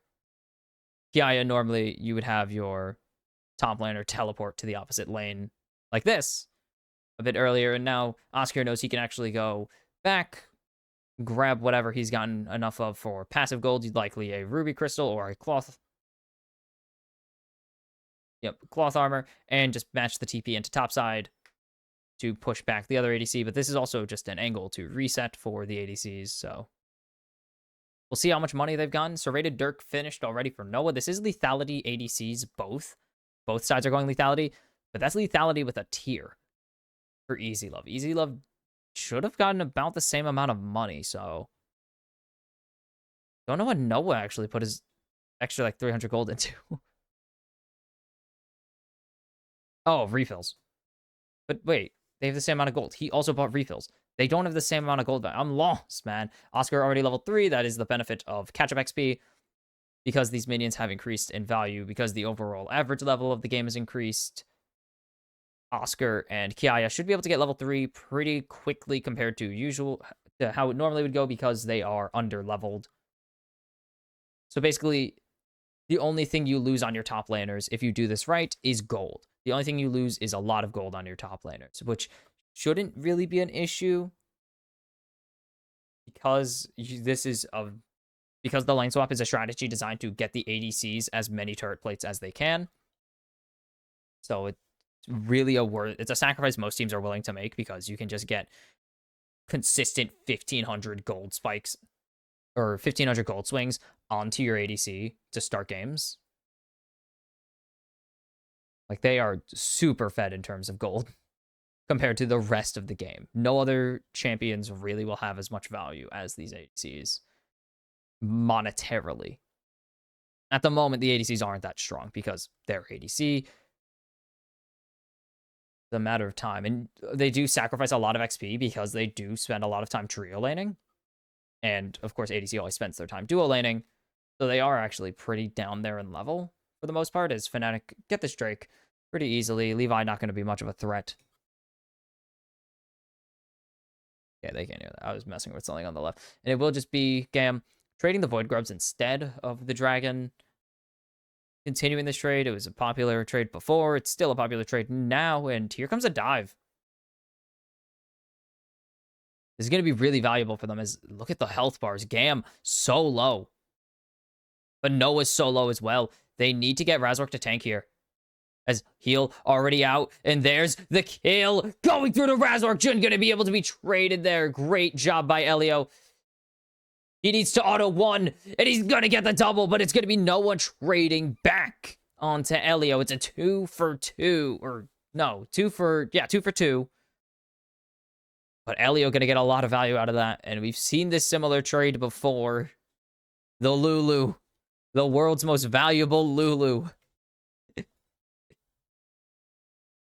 You remember that from, I believe it was Fnatic top, the most valuable Lulu in the world.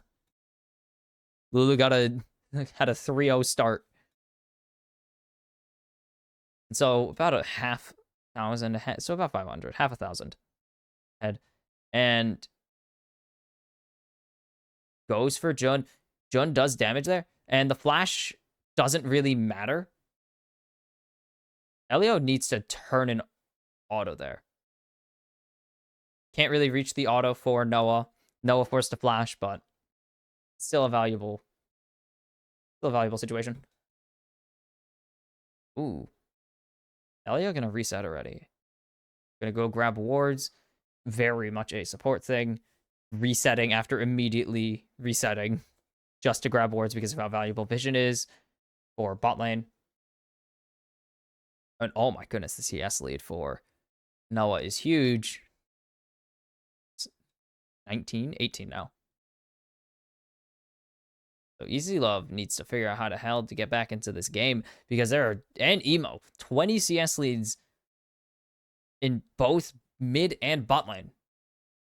Crazy. Humanoid dragged this Fnatic team kicking and screaming. As there's the lock on. Nice dodge by Elio though, but is he going to be able to survive? As there's everything thrown into him. They're not even going to throw the shockwave. They're not even going to throw anything else. Emo walls in, but it's not going to do anything. As Easy Love stuck under the turret. He has the Chain of Corruption if he wants to use it. And he's going to trap Razork under the turret as Fnatic in the back. It's Humanoid getting shredded, but Noah with an auto rend is enough to get rid of Levi. It's a double kill for Noah. He has 3 kills on the game now, and he is in a great position to just scale. Ooh. Grump taken, but it's going to be in exchange for a lot of money and first turret to Noah. This is a problem for GAM now. Noah, 2,000 gold ahead, 93 CS, 3-0-1 in under 10 minutes. And Elio, no flash here. Good dodge. Great dodge, but it's not really going to do anything for him. It's just going to stall a little bit of time. They never throw out anything. And then Easy Love is just diveable. Humanoid gets juggled at least, so Fnatic have GAM has something to reclaim at least. But this is a cool insect from Levi, but it's really only that. It's just cool. Not even an insect. It's just a R flash, really. Oh, the arrow going to connect onto Ki, and it's a long-range arrow, and it's going to be Noah on a rampage with the Rend. Already 4-0-1, has the opportunity to finish. This guy is fed.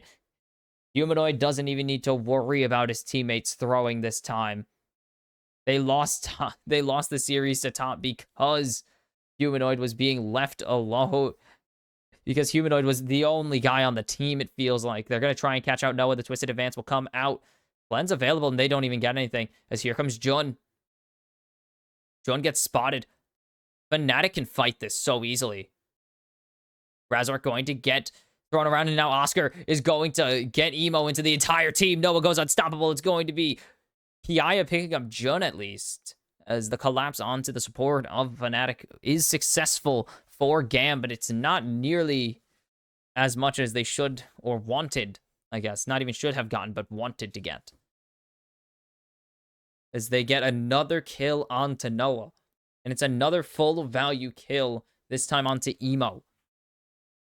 As he is a full item ahead now of Easy Love, and he is a problem. The arrow going to come out, not going to connect this time. A bit too easy for GAM to dodge. Shockwave available, and it's going to connect onto Elio.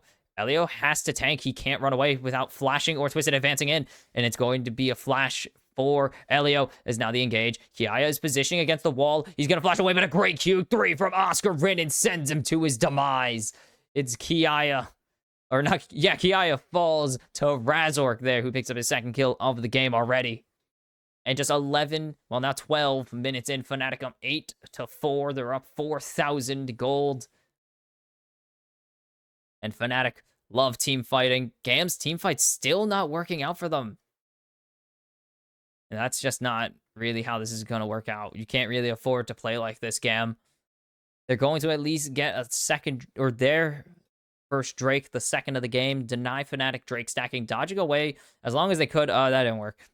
Dodging away from the Sentinel for as long as possible, but the Sentinel did a turn. As Oscar not going to recall, actually. Thought about recalling instead. Stays around to pick up another plating. Or did he tell? No, he didn't have teleport, so he's stuck. As Elio is just clearing out this mid wave, or is clearing out this mid wave right now. Not even honestly. He is factually correct. And that is an Edge of Night for Noah. Noah is now impossible to lock down. Edge of Night plus the cleanse plus the flash. He's not dying. Noah is so far ahead. 2,700 gold ahead of Easy Love. Still 20 CS up. 5-0-1. He's already worth 600 gold. This is just Noah's time to shine. But Fnatic have been playing very well this game. Gonna get one more auto in there, really, huh? Noah gonna lose his spell shield at least. They just get tank it. It's still inspired, damn it. It's same thing as inspired. You are a Maokai with no damage, no AP. You're not really a damage threat without hitting your Qs. As the steal from Razork walks in, wind becomes lightnings the camp, smites the big bird. Elio going to be in a bad position here. Is the Chain of Corruption not going to connect with Noah? Gonna get hit by the piercing arrow, but not quite enough value for the Chain of Corruption as the Blood Song is now finished for Jun. Gonna see the Actually, no, Celestial Blessing's already finished. As there's the arrow from mid. Levi going to kick away Razork. The flash follow. Not gonna be enough. Levi will survive with a sliver of health, and Razork off of the nice play from Jun almost gets the job done, but won't quite get it. And now it's time for the Rift Herald for Fnatic instead. And 3-on-3 on the Void Grubs, but about 2.5, or not 2.5, 3,500, 4,500. Doing math, it's not working. It's 4,500 ahead for Fnatic right now. Levi, nice play there to survive. Doesn't kick Razork away. He runs into a wall he can't pass through. So, not quite as much health as he would have liked. Does still get the flash out, though. Emo gonna push out this bot wave. Kiaya is just gonna have to surrender this. They can't really dive him. They can't catch him out. As there's the shockwave onto Elio. They need to pick up this kill here, and they will. Flash away from Humanoid means nothing as Levi re-follows Jun. Just getting jumped on, but here comes Noah, and they're going to be able to get the Fate's Call, and Levi will fall as Noah is dominating now. The Fate's Call went into the wall. I think he meant to hit Elio there. Bit of a mistake, but it's still going to be enough, and now Noah flashes in. As there's Emo, it's going to be taken by Jun, but it's 3-for-1 for Fnatic. As Razork, does he get out? No. Easy Love gets the shutdown there, but it's still an overall 3-for-2 in favor of Fnatic, and Jun picks up 2 more kills. Not 3, sorry. Did not get the kill onto Emo.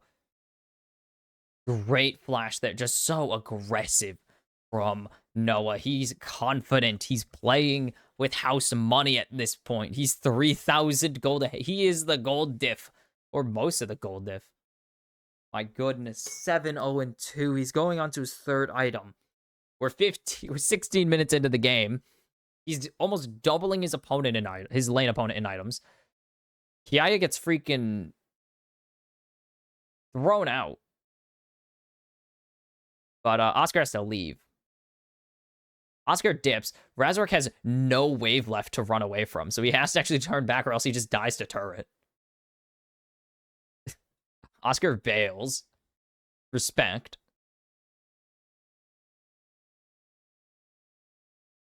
Oh my god.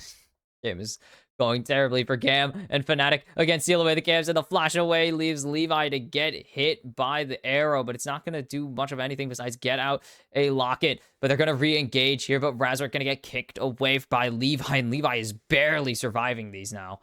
It's just going to be a rotation to topside. They can punish Kiaya. They can just finish this turret or kill Kiaya, whichever works. Oh my god. And 2,600 ahead. And it is entirely on the back of Noah. They will get the top tier 2 as well while all this is happening. And Noah is just the hyper carry of a lifetime. Still 20 CS ahead. He's going to remain 20 CS ahead pretty much this entire game. As Levi's trying to steal away this red buff, will go unspotted, so he should get this. Don't spot him. They will get it. They don't know it's gone yet. And Levi will be spotted now. Enchanted Crystallero not up for another 5 there. So we'll be able to get back to his turret as well. Escape, but Fnatic going to take full control of the bot river here and just take the second, or take their second dragon, take the third Drake of the game. So we should have about a 28-minute soul if Fnatic get it, as Jun gets comboed hard by Emo, but he's going to get the Enchanted Crystallero to the face, and he's going to be able to survive and run away to live another day and tell the tale. Jun, very close to meeting God again. I'm going to take all that pressure in the bot lane, or not all the pressure, but take advantage of Fnatic rotating everyone to the bot river. To at least grab themselves some pressure in top. They steal away some camps. They push in Oscar. I have something in my eye.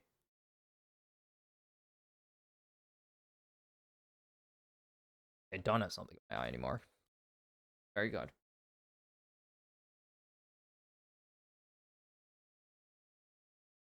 But Fnatic are just a shade under 6,000 gold ahead. They are still very much in control of this game. It's still on the back of Noah, who is a full item ahead of Easy Love once again. They need to find an angle here, as there goes the Weaver's wall. They don't have this seismic shove on their side, as Razork gets it launched a little bit too far, actually. And so the wall is completely committed. So there's no cutoff angle for GAM here. They have nothing. Noah's clearing out these waves so consistently that GAM can't get any push in mid. And because they aren't generating push anywhere else, really, they're constantly answering to push, except for top. They got push in top lane, but now Oscar's just going to slow push this and destroy GAM and just trap them under the turrets again. They keep getting pushed in consistently everywhere but mid.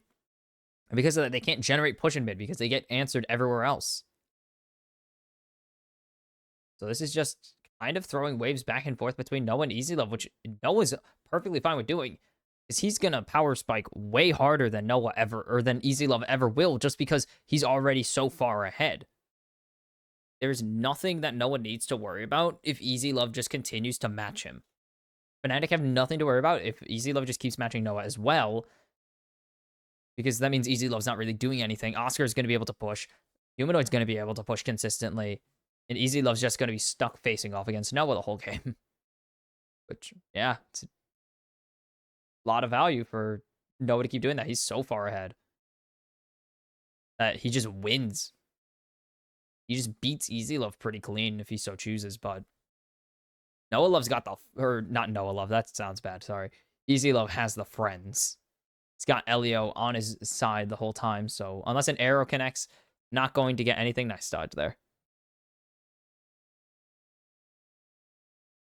And where is the angle going to be for Fnatic? Because they have no Baron pressure, and they don't have anything to do for 2 minutes, pretty much, besides push.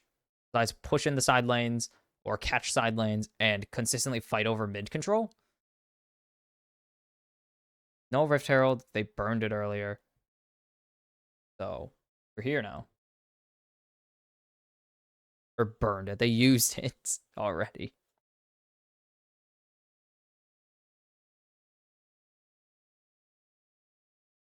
So, what are GAM's angles? Because they only have Elio here. Kiaya can't be the engaged. They need an insane Nature's Grasp, or an insane angle from Elio to go in. Because Noah's able to cleanse off everything, they're going to need to really lock down Noah. As long as his spell shield is down, that's still quite a bit of investment. At least a Chain of Corruption or double roots from Elio, which is very difficult to do. It's just really hard to find out what their angle is because Noah's pretty safe at the moment. And while Easy Love's pretty safe, again, losing constant value, and also Razork can just do this because Jun is so strong. Because Jun and Razork are so strong, they can just do that, and Oscar rotates down, and the turret's gone. And so Fnatic are in full control. They're just pushing at the perfect time, so now they are getting control of bot river, so they can get this Drake in about 40 seconds, put the pressure on GAM a lot. Really put the pressure on GAM. As that would be Soul Point, then GAM would have to answer or force Baron. Or, I don't know, find a turret. That would be really insane if they could get that push, though, off of Soul in 5 minutes. That would be a very insane push. Kiaya will draw pressure here, and GAM have actually drawn a lot of pressure from Fnatic, or a lot of Fnatic over to the top side here. In case of a Baron threat, that wouldn't have killed Easy Love. It's fine. That Q would have just gotten a spell shield down. That would have done nothing. But they should know that GAM aren't going for Baron. They should know that GAM are not in position to take a Baron here out of nowhere. They have a 2-item Varus, and that is it. And so it will be Soul Point over to Fnatic for pretty much nothing. GAM are just trying to fight for vision control right now of the river, and they're losing. You've seen some crazy Baron attempts. We saw PSG go for an absolutely insane Baron sneak and get it. But they immediately lost the fight afterwards, and that's GAM's kind of existence right now. Is that would be them, but it'd be worse because the game would likely be completely over then. It's kind of the issue of the position GAM is in. They can't afford to go for a Hail Mary play because if they go for it and it fails, if they go for an absolutely insane, just hope for the best, like just absolute balls to the walls, hope for the best play. If it fails, they lose immediately. But if it succeeds, they buy themselves time. They get themselves back into the game. They get a cash injection. And they can survive a little bit longer. As Levi going to get locked up by the Enchanted Crystal Arrow there. Able to jump away with a ward hop, though. Does grab the Scuttle Crab as well. But because Levi got pushed out, Razor able to position a bit more aggressively in the enemy jungle there. They still don't have really any control. Really just both sides trying to poke and prod, even though Fnatic are massively ahead. You could see down there, they are 9%. They have 90% more gold than GAM right now do in active gold on the Rift. And they have a 7,000 gold lead at the moment. Which means that the gold lead actually has shrunk a little bit technically, the effective gold lead. But it should be right back up once Noah recalls and spends his money because he's really the player who's been sitting on the most gold consistently, and he gets a Yomu's.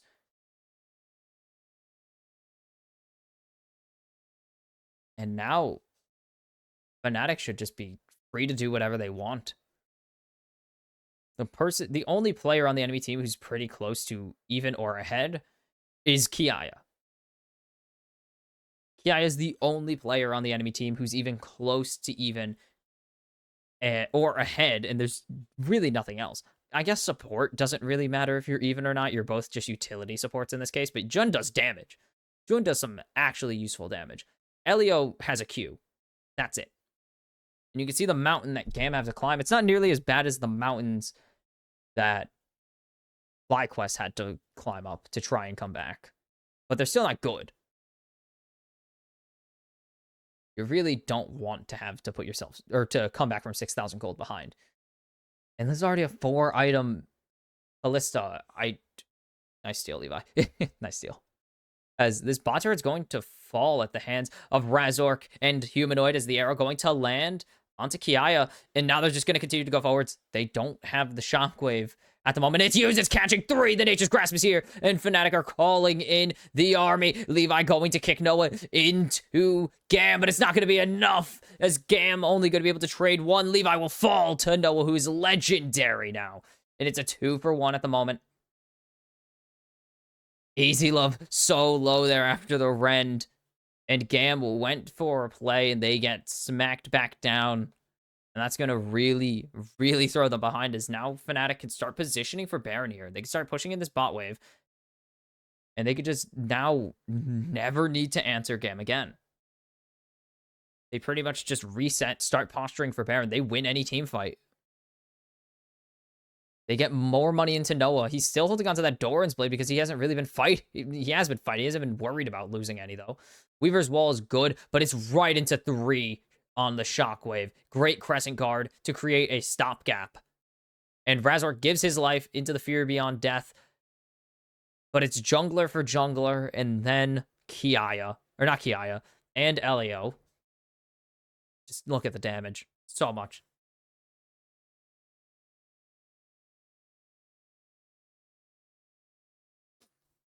And it's just brutal. Noah is setting up for, is that IE? The arrow going to connect onto Kiaya. Is there going to be an engage here? There's a Crescent Guard to shove 2 out, and Elio's just dead already. Humanoid's going to pick up that one, and now Fnatic are in a position to just end this. Oh, they're going to go for the Soul here instead of the Baron. So they're going to go for the permanent buff. Very smart play, actually, instead of the temp buff. They're going to go for a permanent one. Shockwave going to catch Kiaya. Kiaya going to be able to jump away, but Levi able to kick Razork away as well. Or not but is able to kick Razork away, but Humanoid's going to kill off Kiaya. That is a killing spree. Fate's Call not going to go into Easy Love, as that is half of Easy Love's health on the rend right there. Levi doesn't really have anything here. He really just has a Sonic Wave and a Resonating Strike. That's about it. But GAM have nothing to fight here. They're just going to steal camps away if they even can. There's only 2 of them on. Fnatic get the Drake Soul. That's 3 Ocean Drakes on top of it. And this is over. Surely Fnatic know how to drive. There's no hopefully Fnatic know how to drive this to the finish. Fnatic do know how to drive this to the finish, and they are just preparing. They're letting everyone reset. They are ready for a Baron fight. They have Humanoid able to push him bot lane whenever he wants, or just run him down mid. He doesn't even need to have teleport, really, to put pressure on, because they're already answering the bot play. So there's no reason for Humanoid to actually be down there still. He's going to reset, grab a Blighting Jewel, so he has some extra damage into Kiaya and Elio, and then just prep for Baron. Pretty much keep mid pushed with Noah. Noah's at level 16, so Fate's Call is still going to do nothing. 8-0-4 on this Kalista, and it's a problem, as there's 4 top lane pushed in. Kiaya needs to answer that. Mid lane's reset, and it's going to be blocked by Elio there. And there's the seismic shove into Kiaya, or not into Kiaya, into Razork, and it's going to get him super low, but Noah's going to go and pick up his 9th kill of the game. Razork's Crescent Guard keeps him alive, and it's a 1-0, and now Fnatic are going to be able to just Baron. Even with Razork's health bar, they have so much damage, they don't even need to worry about it. Humanoid can just bodyguard this entire time with the Shockwave. Yep, Jun here to just clear out vision. Humanoid, as Levi goes for the insect, Humanoid denies it, and now they're off the Baron. Fnatic just gonna go for this fight instead, and Humanoid's going on a rampage as Levi's gone, and it's just back to the Baron. Oscar is now the bodyguard, as he is going to keep all of GAM away from the turret, away from the Baron pit. Yep, they're not even gonna fight for the Baron. They've given up. The arrow going to connect on to Kiaya. The turret will fall, but Oscar's still barely not even half health, as he's going to go all out, and he's going to get Fear Beyond Death. But are they going to be able to get anything in response? They will. Humanoid goes unstoppable as he trades Kiaya, and now GAM being chased into the enemy jungle here. They need to find time to reset, but Easy Love is going to just have to execute here, it seems, as there's Emo, able to jump away, but he already has the wind becomes lightning on him, and Razork's going to kill him off. Jun, does he know? Does he know? Does he know? He knows, and Easy Love is going to try and pick him off, at least trade him, but there's the Fate's Call, and it's Easy Love dead. Noah, 10-0-7 on the Kalista. He's going to be done with his 5th item. It is a GA. This is impossible to kill Noah. Edge of Night, Cleanse, Flash, and a GA. He's not dying forever. He's never dying. And this all starts, Levi finds an angle he likes, but Humanoid knows right before the strike connects, he's going to deny any damage as well. Denies the insect, denies any damage onto Humanoid as well, and it's just... everything hurts. 12,000 gold ahead for Fnatic. They played the slow game knowing that they pretty much just had a super fed Kalista. Knowing they had a Kalista that was never going to fall off in their pocket. They just were able to bide their time and wait for Noah to get farm because he got so many kills early. He was accelerated and just no one was going to be able to answer him ever. And now top and or mid and bot turrets gone. It's going to be the inhibitors following. And they're just going to disengage here. Rotate to top lane. And they're either looking for Levi, they're looking for the wave. The arrow dodged by Levi with the ward hop. Nice play there. But Noah can just chase here. Noah's 3 levels ahead of him. He's full build. He could just chase or just go to the wave and push. Levi is sent all the way to the other side. He's going to loop back, try to find a sneaky play possibly. I don't think it's going to work. But he can try to find a sneaky play here. As there goes Emo. Oscar's going to be trapped on the other side of the wall. You only jump him when you're all outed, remember? Oscar going to shake his Intofos? What is that what they're called? It's called Intofo strikes. Levi has been found. He's going to kick Humanoid right into Kiaya, but that's Oscar who tanks it. Noah picks up an 11th kill, and now Kiaya will fall. Humanoid dominating now. As there's Oscar getting the Q3 onto Emo. It's a double for Humanoid. Going forwards onto Elio. Now Jun going to jump onto Easy Love. He doesn't win this 1v1, but he has his best friend Noah, who just half healths with a QE. And that is the ace for Fnatic, and that is game 1 down. Fnatic on the verge of eliminating GAM and sending themselves as the final team into the main stage of MSI, and it's not even close in game number 1. Fnatic maintain the form. They crush it against GAM. 3-0 against them in the tournament now, and perfect. Exactly what you wanted there. You draft the Kalista, and that is exactly what you want when you pick a Kalista. You want to scale. And they took a bit longer to scale because they wanted that insurance marker of the Kalista just being able to smash through the enemy team. And it happened. And it wasn't just Noah. It was on the back of great coordination from Fnatic. Some incredible team plays, some good strategies. And in the end, pays off. They got the win, and that's the most you can ask for out of the teams here, as the Fnatic fans have shown up. They have traveled rather well. And the West are on the verge of at least having 3 teams appear at MSI's main stage. Joining with... who are the teams that are qualified? Obviously, Gen.G, BLG, Team Liquid, and G2. And then... PSG, and we'll see if it's Fnatic, but GAM did not really have anything. They really don't feel like they're playing up to their to their potential. Fnatic really have them solved. They know exactly how they want to play. They're denying Levi the opportunity to really get involved in the games. They are just punishing every move GAM makes. They're better at the lane swaps. They're better at picking out drafts, really, that they want to play. They're better at getting aggressive, it seems. They're better at coordinating their team fights. They are just destroying everything they need to do. They wanted to get Easy Love fed. Easy Love got smashed in lane. They took away the Humanoid, Talia from Humanoid. Humanoid just played Oriana and played his ass off. They got Kiaya.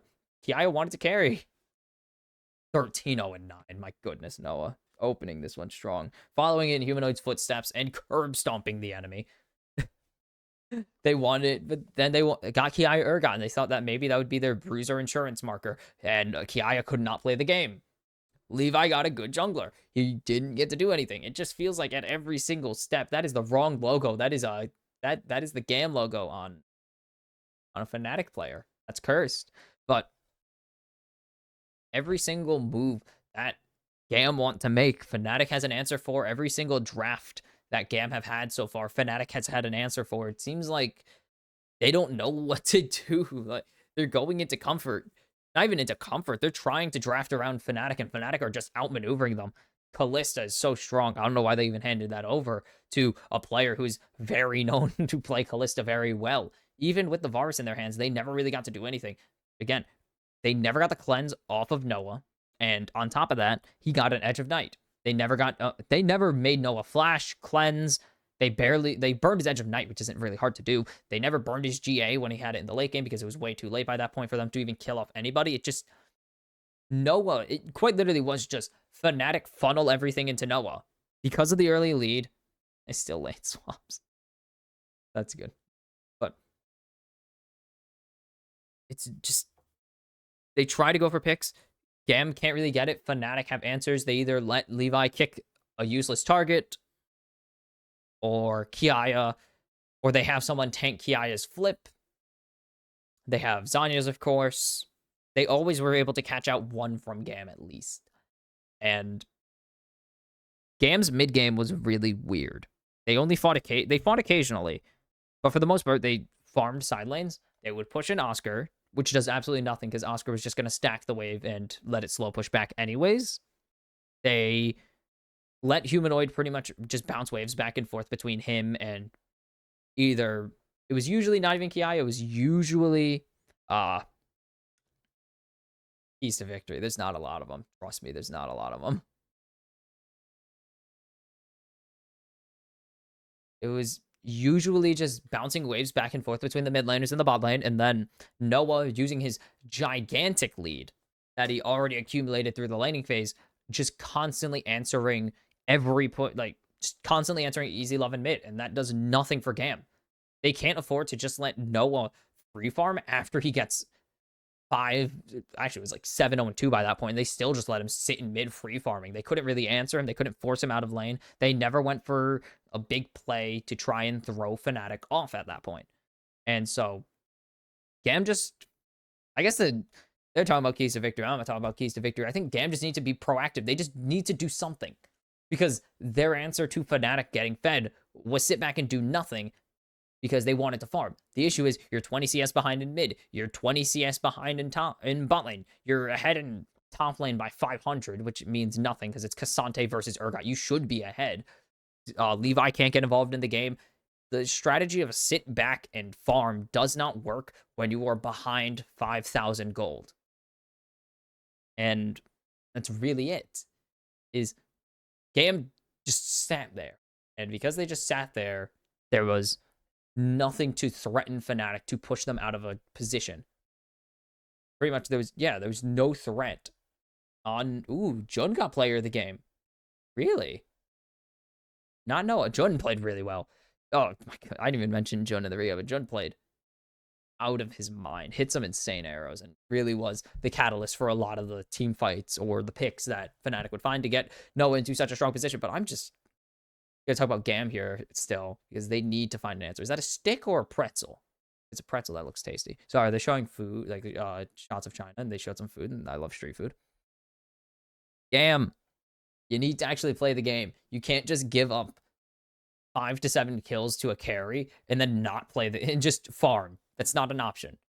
So will GAM switch up the play? Will they get aggressive? Will they play the chaos that the VCS is known for?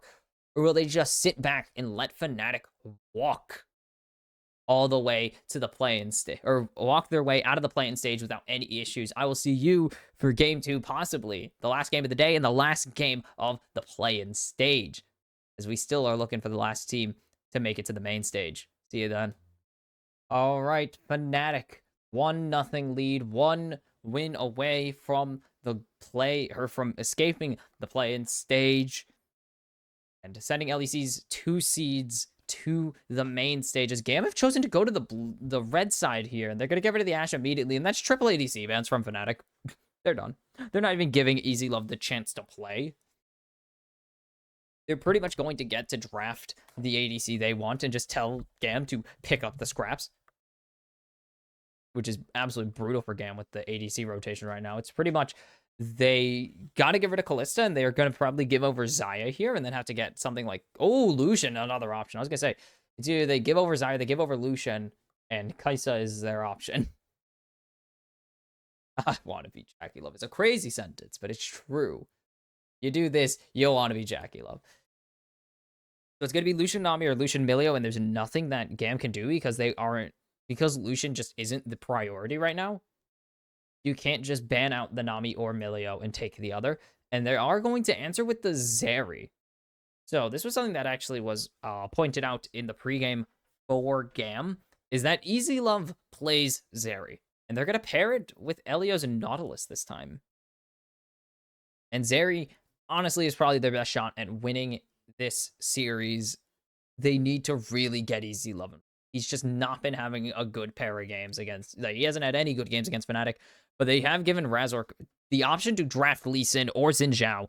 One of them he's really good at. The other one he's still good at, but the other one's, you know, something we haven't really seen. It's going to be Lucian Nami with the Xin Zhao locked in, so it is top mid that we need to see come from Fnatic. In rotation 2, likely going to be mirrored here by GAM, unless they really have some weird top pick that they want, or, I don't know, weird mid laner. Not even weird mid laner. Azir's available. They can kind of actually just call dibs on how they want to dictate the mid game, or not the mid game as in the middle of the game, the mid game as in the mid lane. But it's going to be a blind rumble instead, which, okay, we'll see. Kiaya's rumble, very good, but is it going to be good enough to outrun Fnatic? That's really the question. Is it going to be good enough to duel Oscar Rinnan?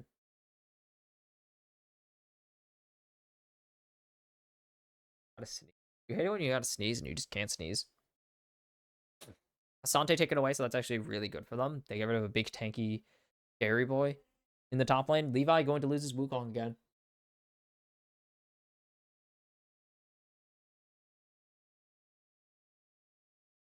They're going to get rid of the Renekton is the question. Are they going to get rid of another tanky top laner? Or even a mid laner here? Want to get rid of the Ori, the Azir. Don't see an Ahri ban coming through, but Humanoid can play Ahri. They're just going to get rid of Udyr as well. We haven't seen Udyr yet. But whenever someone drafts Rumble, you usually see them get rid of Udyr if they have shown the Rumble already. Because they don't want to deal with it. But most of the Rumbles have actually been red 5s this tournament. So we haven't seen a ton of Rumble counter in the Udyr, usually in the Cassante. And the Maokai going to be taken away from Levi there. Don't want to give him... They kind of know that between him and Emo, he is the threat. Levi is more of a threat than Emo is in terms of draft. So they will focus that down before they focus down mid. And they didn't focus mid at all. No mid bans this game. Azir is an option if they want to blind the Azir and save their counter for jungle here. But they're going to get the Nocturne. They're going out swinging. They're taking the Nocturne here. They got a plan. You remember? Oh, it's 2017. I thought it was 2016. Damn.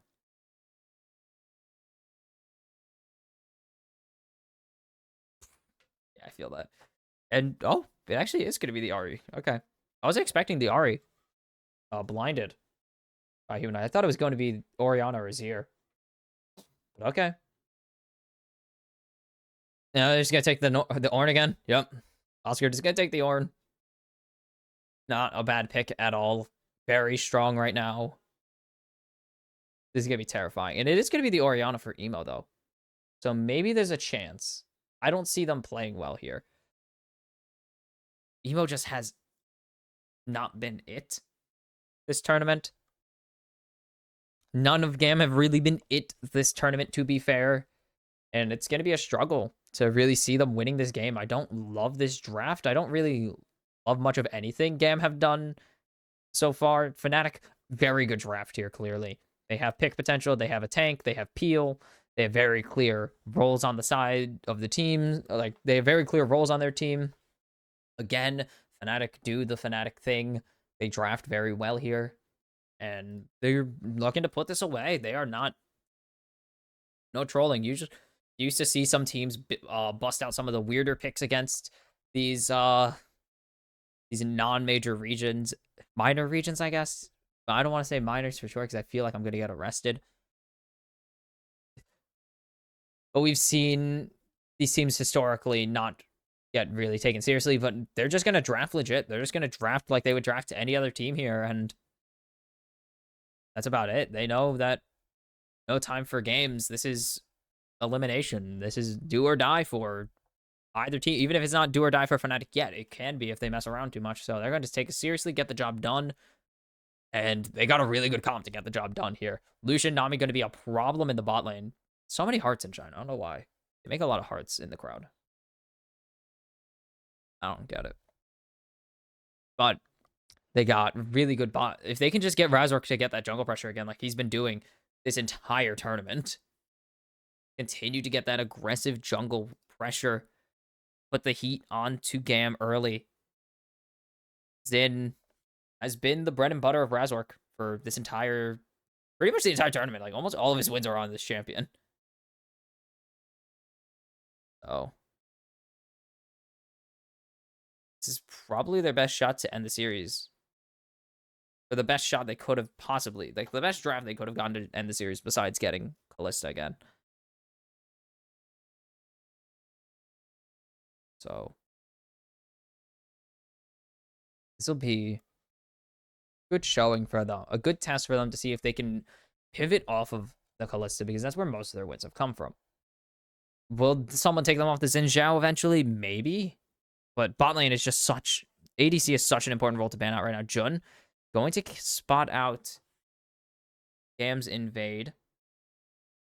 But they're just going to go for the Vert again. But there's no lane swaps, and Kiaya thinks he can take Oscar one-on-one. So, maybe split map here. Elio takes a good chunk of damage there from Noah. As there's the hook coming in, and Noah already going to be ignited. Okay. 6 skin there from Jun. W choices. But now, that's where Kiaya kind of loses out these trades, is he doesn't have the spells to do it. He will lose these out because Oscar's just going to be able to heal up more. Don't know if this is the best matchup. As there's a nice hook onto Jun. And they're going to keep trading these health. Just keep trading these health bars. The ebb and flow is going to keep Fnatic a little bit healthier. But if they just keep throwing in the damage, keep getting aggressive, they can get this. As now Levi is down here. Levi doesn't really have anything. There's the ignite out, and they're going to just jump onto Noah immediately. Elio needs to get out from the turret, as he's going to fall, and it's going to be a 1-for-1 now. As Levi, okay, not tanking. That was a minion. Jun holds down the fort, indeed. But now, Emo is going to have to flash here. Good flash for flash there. Good reaction to Humanoid, as Emo needs to not do that. Emo really needed to not step forwards there after flashing.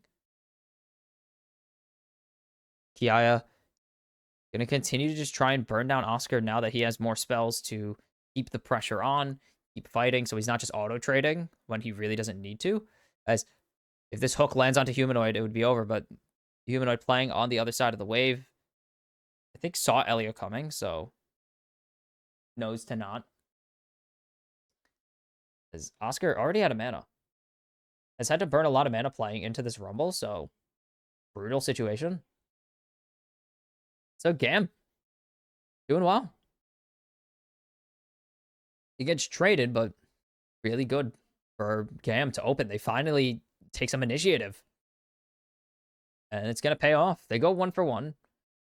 But Easy Love going to get the extra gold value out of it. And now they have an advantage. They actually have a wave lead. They have never had a CS lead in the bot lane. Any game against Fnatic, they have lost the bot lane every single game.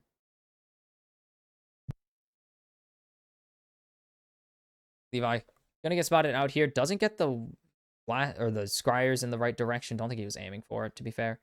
As Oscar just going to continue to get poked down. Has to reset. Has teleport available, so he should be able to catch this wave, especially with how Kiaya is pushing it. So, holy cow, big CS diff in top lane. 12 in top lane? Yeah. Or in bot lane. 16 here. Should get spread out a little bit more. Is Elio. Emo going to get the proc there. Elio hex flashing forwards, trying to find an aggressive position. But the flashes are up on Fnatic again. Oscar going to get burned down to 1,000 health again. Yeah. Brutal. Elio's just going to keep going for the Hex Flashes because there's literally no penalty for going for them. And it's going to benefit him a lot. Okay, Jun has recalled. Been recalled. Elio also has recalled. Out of refill. This Razork is here now, so Fnatic can get aggressive for free as Easy Love going to get jumped on. There's the Ignite, and there's the kill to Noah. And that is the confidence of this guy. His first death of the series came, but he also has his 15th kill of the series. So, is he worried? Not even little. Never stress. This guy is a menace. Guy is a menace right now. Oscar, again, super low here. Gets a little bit of healing off of the potions that he got. He's got the refills, but Levi's coming in on the collapse. This should be a very doable dive for them as they have the ultimate to lock him down. And there's Oscar. He's going to get jumped on. Is not going to be able to trade Kiaya. The shield is enough. Kiaya will survive that. Another kill to GAM here, and they're answering back really well. And they get a plating in the top side. This is just going very well in game number 2 compared to game anyone. Game number 3, game number 4 against Fnatic's really great, though, as opposed to games number everything else. As there is Fnatic rotating their entire squad up. There you go. Emo able to catch most of the wave. Still about a wave behind, but it's going better than it's been going the entire pair of series against Fnatic at this point. So, Easy Love going to grab the Scuttle here. This Zeri needs to get fed. It's just not going to be able to snipe away the Scuttle. Sees it a little late, so just throws a bubble when he sees it, and it's already dead because of the empowered auto. Oscar has the Ornhorn here, and Razork. I didn't know what Razork's XP was. I didn't know if he was going to get 6 off of that grubs. Emo needs to still be careful here. Humanoid has enough mana to hit him with a combo. And Razork's here, but Humanoid's still pretty low mana. He wouldn't be able to do much afterwards. He would be able to hit Spirit Rush and Charm, and then that's it. Emo not going to cancel the back there. Could have went for it. He wouldn't have sacrificed all that much. He is going to push this out at least. As the Whammo Torpedoes going to get a lot of damage onto Oscar there. Kiai is going to build up his bar. And this should be a reset from Emo if there's no... Actually, he has Biscuits. Levi's here. Smites away the red buff. And this is going very well for GAM. They know Levi's here. There's the dredge line connecting. Levi coming down. And the flash over the wall is going to get Elio the kill. Just enough damage dealt by Levi to pick up that one for GAM. And now Emo getting jumped on. He has the shockwave available if he wants to go for it. But it's just going to be Razork disengaging there. And GAM in a really good... They keep putting themselves in a better and better position each and every time they do this. And now they're finally in some control.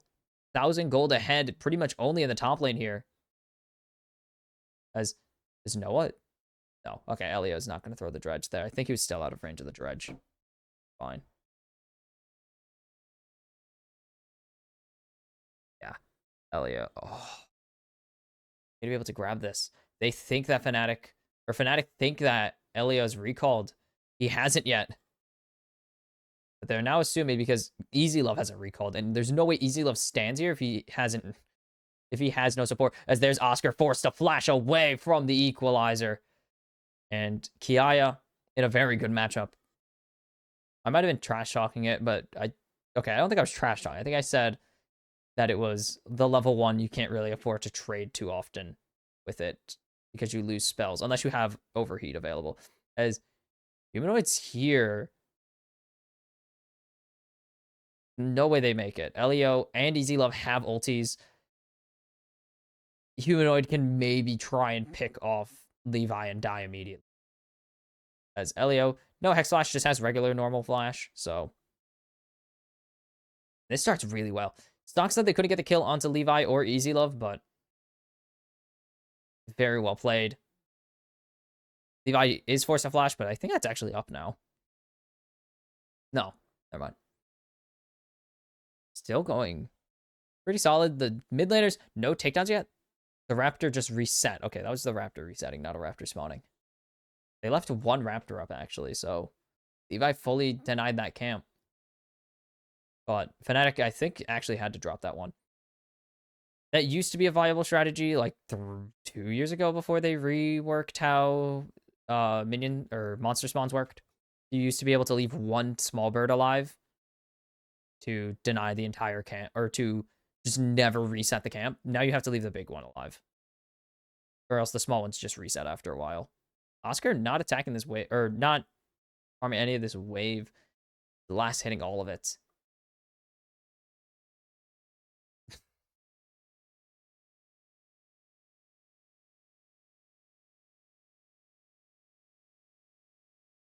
Okay, let's see. Any advantage? That is a lot of money on Kiaya. He has the Leandries. That's going to be a lot of value coming out. Malignance for Humanoid. I don't love this item still on Ahri.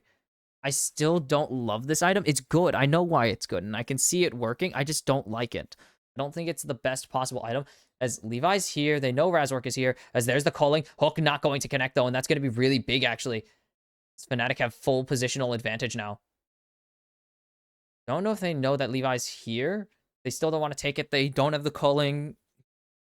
Any engage would be turned aside by a depth charge pretty immediately. And Nocturne.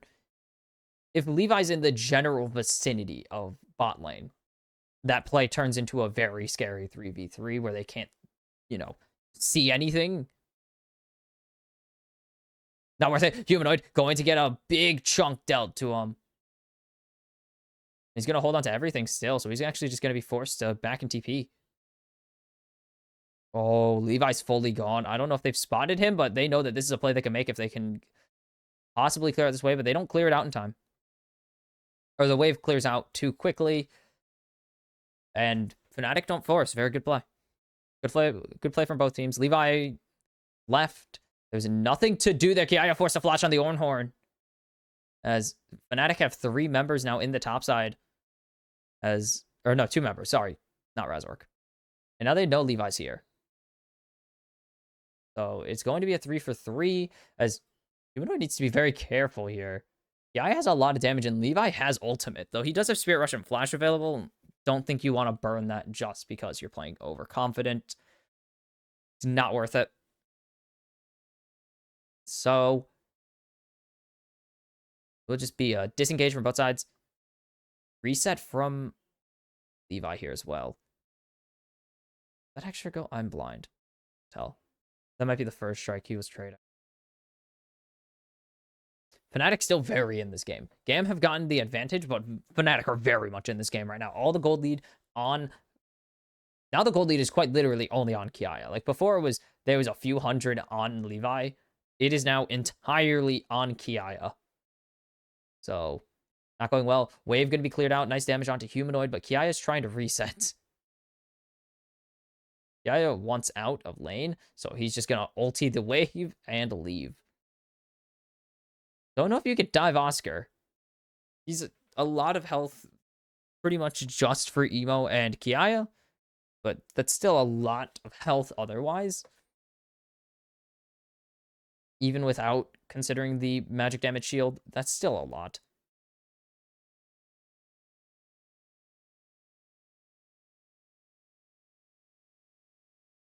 Ugh.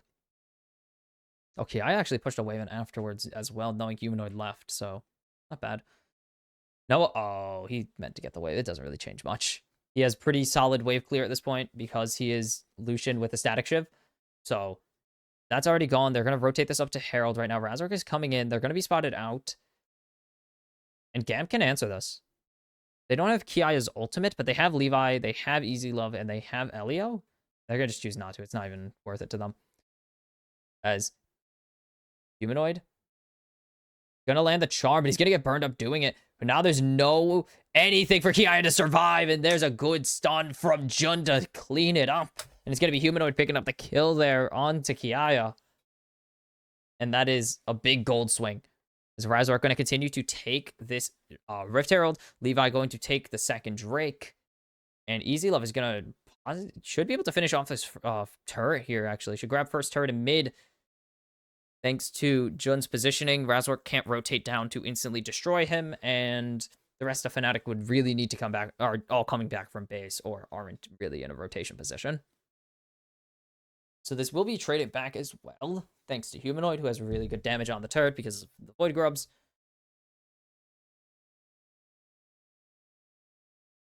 So the gold lead back to 500. 1,000, 1,000? No, 500. Yeah.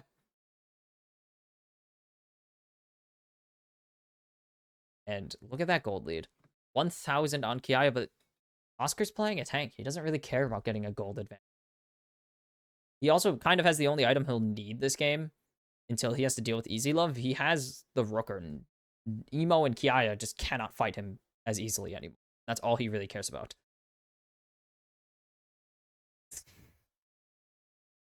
Jun spotting out this control ward, going to be able to clear it out with Noah, but now Levi jumping in, and this might be a misstep from Fnatic because that's already a flash out. And the tidal wave is going to only save one, as Noah going to be able to pick up one, though, and he's going to fall.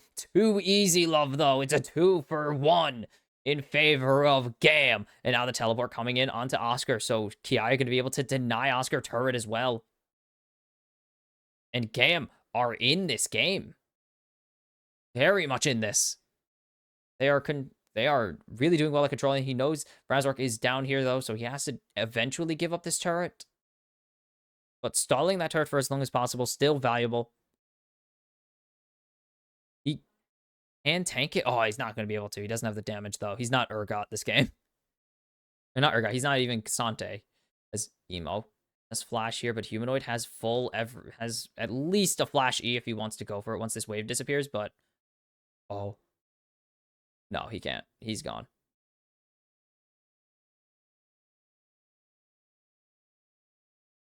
And flash out.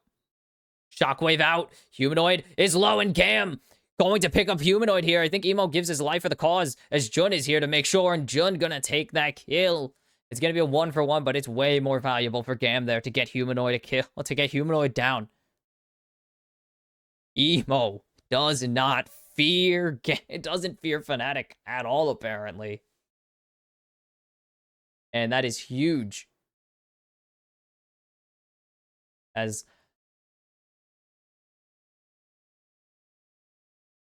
Oscar cannot build an item. He's trying to build something. He might be finishing Sunfire. I don't know if he has enough to finish the Sunfire, but he's trying to build a Kindle.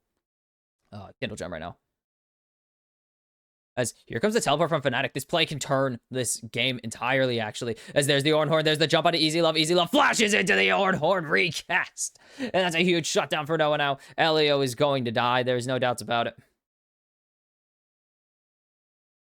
And there's the chase down by Humanoid, and 2-for-0. And Fnatic finally have a gold lead in this game.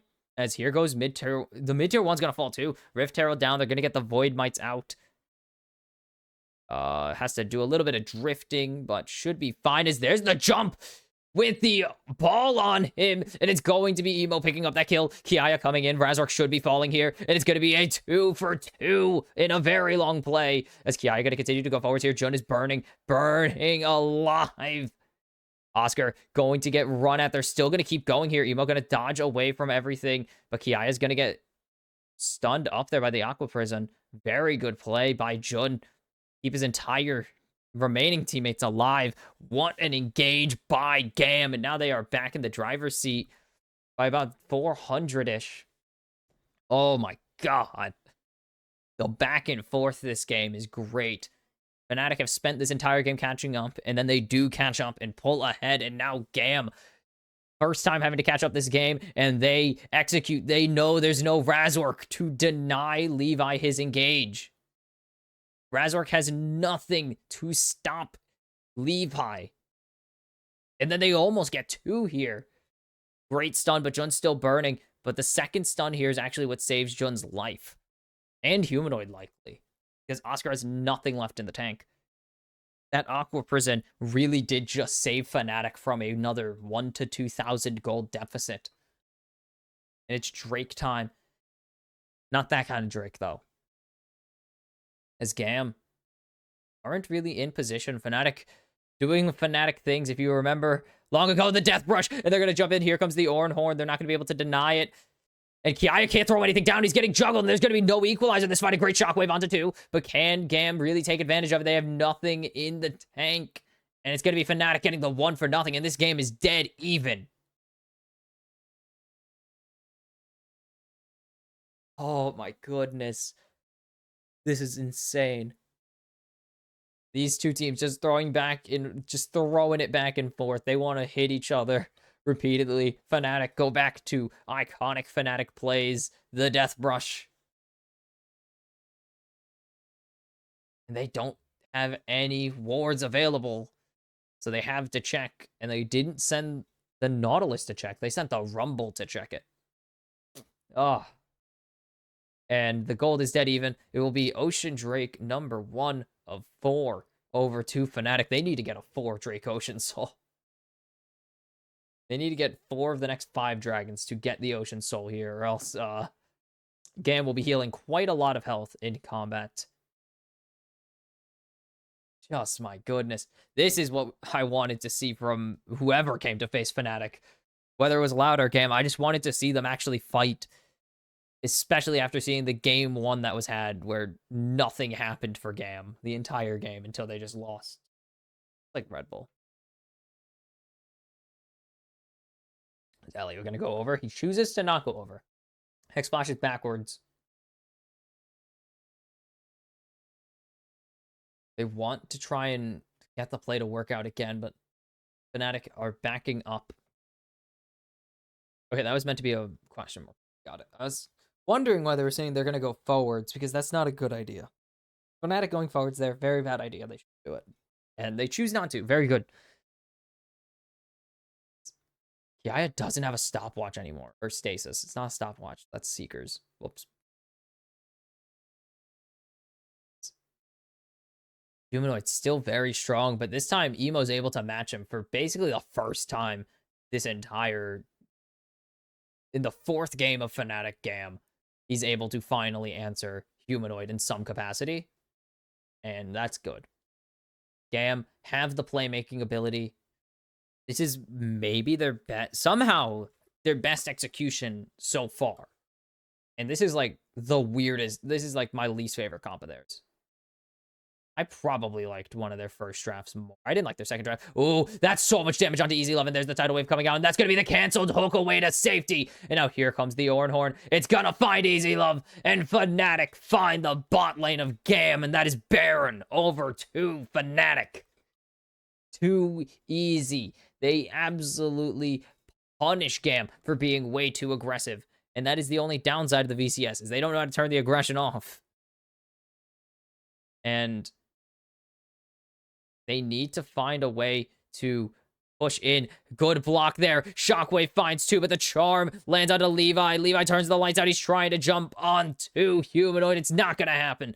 Fnatic, get rid of the jungler. There is no steal unless Kiaya is unbelievable. And now they know Kiaya's here. The equalizer going to connect. Noah is getting burned to a crisp. He goes golden. And goes for Noah. He gets the shutdown at least. He will eventually fall, surely, right? Yeah. There's no way he survives. There it is. Oscar will take him. Elio in the backline's trying to do anything. Emo's here to help. And now here comes Easy Love. He's ghosting in. The Baron has been denied. The hook going to land onto Oscar. Just go crazy. Just keep throwing hands. Easy Love doesn't flash in time. He falls. Elio will fall next. Another canceled dredge line. Double kill for Razork. And now Fnatic get the... Nope, they don't get the Baron. This is crazy. Just throwing hands. Just going at each other's throats. That is insanity.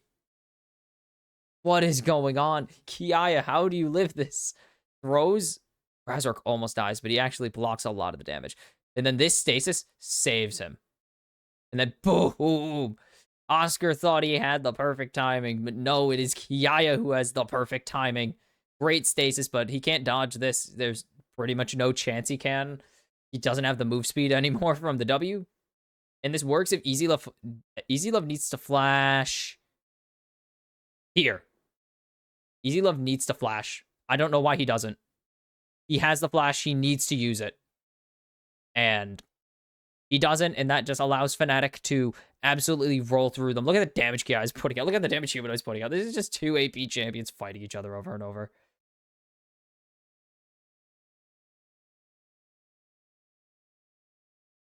They want to overstay, but I get it. They kind of need to go for an aggressive play as, oh, Levi dies here. Or Levi forced to flash. Okay, got it. Levi lives. But Levi has ultimate, he has smite, and they have ball. They can do this. Come on. Play can work. Do it. The hook not going to connect with anyone. Nelly's already down, but there's the ball. It catches 3 into the equalizer. And that's a huge team fight for GAM. Easy love and Levi pick up 1. Levi with the double kill, but in the backlines, it's Oscar and Razor going hard. Emo's trying to survive. He will die to the wind, becoming lightning. Razor trying to run for his life now, but he's going to get dashed on, and that's a shutdown going over to Ki, and it's the Drake point, or soul point. Not even going to, nope, they're going to ignore it. They're going to go for the Baron. They're going to call it. They have Kia, they have Easy Love, they have so much damage. GAM continue to throw haymakers. And they are punching hard. They are relying on Levi here, and it is working so well now. Kia, Levi have finally shown up at MSI. And this is going great for GAM now. This hook misses. It does not matter. They waste the Aqua Prison, and this is so huge.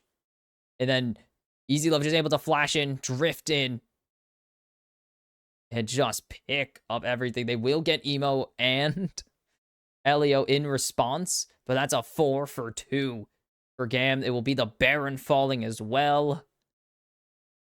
And look at them. Hyped up. Yes, sir. But now they need to get value out of it, because right now it's a Drake fight coming up. As there's ornaments coming up. Sundered Sky upgraded for Razork. That's not going to be good.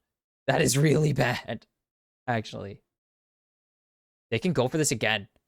That's the thing. As long as GAM have vision, they can do this, and that is what Fnatic want to deny. As the minions have taken down the tier 2 in mid, actually.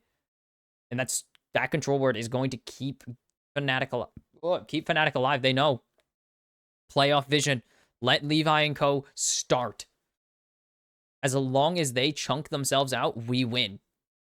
Especially on a Drake fight, because Levi needs to go in to do anything, and there's the Ornhorn turning the lights off, but Elio's already down. The Shockwave going to find Humanoid, and Humanoid will fall. It's a killing spree over to Levi. And Razork going to try and jump in on Easy Love, but Razork is giving his life over to Easy Love instead. It's going to be Soul Point to GAM. In exchange for a tier 2 in mid, GAM go 2 for 1. I forgot Humanoid just died. 2 for 1. Drake Soul Point. This is going so well. This is a completely different game from the first game. Levi doesn't get in time. Probably could have got more out of that Shockwave. Definitely could have got Razork out of it, but didn't even need to, as Razork tries to be the re-engage point here. He knows Noah can go. They heal, but they can't do anything. They think that Noah can go and that they can keep him alive if Oscar and Jun just keep supporting him, keep blocking damage, keep healing him up, but they can't. And GAM just massively winning on this play. We got 4 minutes to go until possible Drake Soul Point. We have about 2.5 minutes? 3.5 minutes right now for this Baron respawn. This is going to be synced up. And that's going to be to the detriment of GAM, likely. Or to the benefit of GAM, actually. It's going to be to the detriment of Fnatic, as they either have to get Baron, which is a temp buff, or give Drake Soul, or go for Drake and give up Baron, because they don't really value, or they don't get as much from a Drake right now as GAM do. And they don't get as much from Baron as GAM do get from Drake Soul. So it's a very much a losing position for Fnatic right now. And the setup's going to probably... Baron setup is probably going to take them to Drake.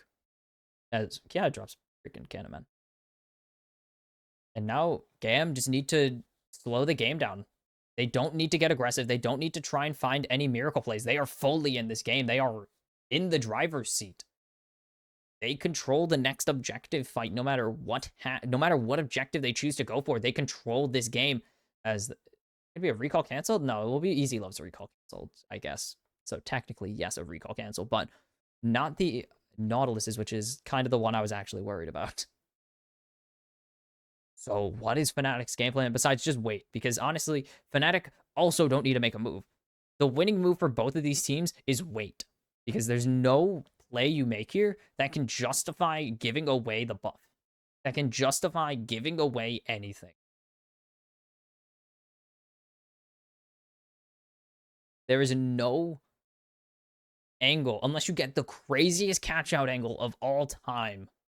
There is no justifiable reason to ever give over.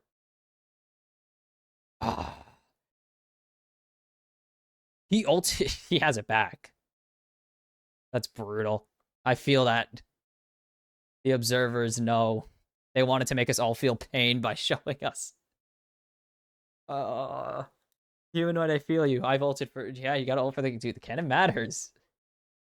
Cannon matters, man. The -1. As they're gonna jump onto Emo. Emo going to have to flash over the wall to safety. He gets hit with the recast, but that doesn't really matter. So, Nocturne ulti might... Nocturne ulti gonna be up. Ooh! Kiaya caught out on the teleport there. As... Wait, why is he running at him still? And that's Humanoid getting a massive shutdown onto Kiaya, and Kiaya is not going to be here for the Baron fight. And GAM kind of panicking. GAM panic. They throw down a panic ultimate from the Nocturne. Okay, the flash was needed, but... And then Kiaya just goes for an engage, thinking he has to, I guess. I don't know why. Or thinking he wins it, but he doesn't want to burn his flash for it, so he just gets hit by everything Humanoid has to offer him. And now Fnatic are back in control. They're controlling the tempo of this game. They are controlling how this is going to be played out. Because now top tier 2 is down, and that is more tempo. That is the one thing that GAM had in their favor, is tempo. They were controlling the pace of the game until the objective spawn, but now Fnatic have pushed them in. They have to answer the top wave. They have to answer mid wave. They don't have a... They will have... Okay, they will have Nocturne ulti. They will have the combo from Emo and Levi, but they don't have Kiaya up. He's going to have to walk back here, and they're going to have to lose positioning advantage. They're going to lose the rotation advantage because they need to figure out how to answer this mid wave right now. This could have went so well for them because they would have had first move, surely. But now they don't. Levi needs to survive. Right now, Levi is the key to winning this game because they need... And especially going to block the charm. Very well played there. They need Levi to be not dead at the moment. Do you have a Rookern? Not a bad idea. And they're just going to go for Oscar here. Or Oscar going to go in. And Elio tanking up everything. Levi goes in. He's trying to jump onto Noah, but it's not going to translate to anything. Noah will survive, and he will kill off Levi. They need to find a pick here. They need to find a trade kill, and they're looking for Oscar Renan. They won't get it. He's going to be able to flash away. The hook doesn't connect, really. It does kind of, but Kiaya needs to run away. Now he's getting burned. He's getting burned. Goes golden. Humanoid goes golden in response. Kiaya will die. Noah killing spree, and Fnatic are going to end this one. Easy Love, can you do it? Do you have the penta in you? Noah went for the whole damn thing, but didn't get enough of it. Just enough for Easy Love to survive, but it will be Fnatic getting the Drake, and they have thrown GAM's lead in the trash. Fnatic are fully in control, 2,000 gold ahead. They will stall GAM out on the objective trade, so it's just Baron now. It's 5 more minutes to Drake Soul. This is going to be impossible.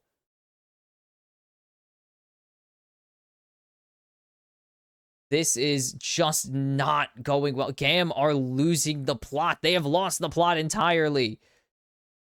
Everything is going wrong for GAM. They give away so much here. They continue. GAM were winning. This was an unlosable situation for GAM, and they found the losable part. Just, oh my god. Why did he go so late at that point? He should have flashed first anyways, but it doesn't matter because he's gonna die. Oh, Gam, what are you doing? And then Noah, oh, they're not gonna show Noah barely miss out on a kill somehow. I don't know how the hell Easy Love survived that. Noah should have got that. Gam can still win this, but now they are in such a tough position because it is just a Baron fight. And they have no threat. They have no pressure anymore. The threat of trading is gone. They cannot just say, if you guys go for Baron, we just Drake Soul and we out team fight you at this point, and we get more health and we win. And it can't go, if you go for Drake, we just get Baron and start sieging. This is quite literally impossible for GAM to be in this negative position, but they found the one way to get into this negative position, and it's on the back of Kiaya overcommitting. And then something. I don't know why Levi was positioning like that when they really couldn't afford to. And Elio is going to get hit by the Ornhorn. It's going to connect, though, the combo. They get Humanoid, but they don't have enough to kill him. And Fnatic are going to get this unless Easy Love has the ultimate carry. And as Kiai is trying to get the damage, he will be able to get Humanoid. No, he won't. He will get healed up by his passive. Levi is so close to dead. Humanoid's looking for a flank, a flangle. It's 5v3 right now, and GAM have nothing left in the tank. They have no ultimates. They have a single Ghost and a Smite. And that is not going to stop Fnatic, as Fnatic have found a way to get a Baron buff out of the position that they were in. And, oh my, holy cow, there's so many pings going down. Jesus Christ, Fnatic, calm down. This is like, if this was chess, Fishbot's yelling at you. Just screaming at you. What are you doing, GAM? How do they find this position? Fnatic are playing this insanely well. They force out so many good positions here. And they don't have any damage. There's not enough damage. Great heal by Jun. Humanoid dies, this fight's significantly harder. I don't know if they win or lose, but it's so much more difficult. And then Kiaya just tries to go for this. Kiaya just tries to burn down Humanoid, but because he dies, Ari's passive procs. Just everything going wrong for GAM, and Fnatic playing maybe the best they've played yet. That was insanely well played from the past, what are we, 5 minutes now? Insanely well played by Fnatic to regain full control of this game. They're 5,000 gold ahead now when they were previously 4,000 gold behind. Oscar's just able to tank the start. He doesn't really give a damn. And this should be it. There's not really an option for GAM to win this series anymore. So here comes the Ornhorn. It's going to connect onto Emo, and the combo isn't going to go through. They're going to try it. There's no shockwave to follow it up the top. The bot tier 3 falls. Great 3-man shockwave, but there's no damage anymore. Kiaya has to leave. He threw it down early. He threw the equalizer down already. Like, what is going on? GAM cannot coordinate. And Fnatic gonna get 2 inhibitors off of this. They're just gonna leave. They're gonna get 2 inhibs. They're gonna dip. And now Noah full build. This is just so hard to get rid of him. He has so much healing, magic resist. He has so much damage now. He's a McHale's as well, too, mate. He basically has a cleanse in his back pocket. There's no suppresses, so he has only cleanses. This is so difficult for Fnatic to lose. GAM are going to need to find the perfect situation, the perfect storm to get them back into this game, and I don't think they can. That perfect storm is just unobtainable at this point, as now Fnatic should be able to easily get themselves to Soul Point. A position GAM have been at for so long, and it feels like they should have gotten it by now, but they just can't. But they might not even need it. If they get the engage, they end the game here. But that's a flash out of Humanoid. This could be huge, as they're going to get the jump onto Jun. And that is the key support down. Razork is getting shredded apart. Noah, can he do it? GAM get Razork. They get Jun. There is no healing outside of self-heals. But Oscar finds 2, and that's massive. Kiaya's down. They're on to Emo. Levi's engaged onto no one, gets nowhere. Oscar is trying his hardest to tag, but the lightning crash. Easy love. Emo, Levi, find the plays to keep GAM in the series, to keep GAM at MSI. Are you kidding me? Just when I say there's no way GAM find the perfect storm to get them everything they want. The minions are getting or nuking the base. Wait, Oscar could just teleport. They lose a Nexus. Okay, they do back. I was going to say Oscar might be able to just teleport here and end the game. He's not going to be able to anymore. But the pressure is on now. The stress is in there. 3 minutes of defense for GAM. They have the Drake down. Baron will spawn at the end of the inhibs. There should be no more super minions by the time they get it. How on earth is this game still going? We have reached by far the longest game of MSI so far. 41 minutes in. And this is just insanity. And it still can go either way. Whoever wins Baron might end the game. This next fight can end the game. Fnatic have enough time to win a fight and end. The death timers are just so long at this point. If you die now, you're down for 60 or so seconds. And that is just too long to worry about. 13 kills on Noah. He is all the finishing that Fnatic need. They have been setting him up all game. Oh my god. Like game 1, they have drafted this comp to set him up to crush his opponents. 26 kills in the series, 14 assists. Kiaya is shredded by Humanoid at this point. Full build almost on the Ahri. And he's basically dealing true damage with that Blighting Jewel. He has so much AP. He's basically dealing true damage. Fnatic steal away the red buff here. This is just impossible. This is going to be brutal. Look at this. Oof. If he has a finished Void Staff or Crypt Bloom... Actually, if he has finished Void Staff, I think he gets the kill. If he has finished Crypt Bloom, he doesn't. So much damage. And they're looking for the final turret. They want this last inhib turret down. And Noah has a GA now. It's going to be so difficult to get him down. You have to get him down 2 times pretty much because Jun's going to be there. They need to get Jun down first, but then they need to immediately get Noah. And Humanoid can just end the game. Inhibitor down. Inhib turret down. The inhibitor is going to fall with it. They have 5 more minutes to do whatever they want. A great combo to get onto Jun, but it's not going to be enough. Levi will fall. Fnatic have found the answers that they need. One last try to save their season. It's not going to happen.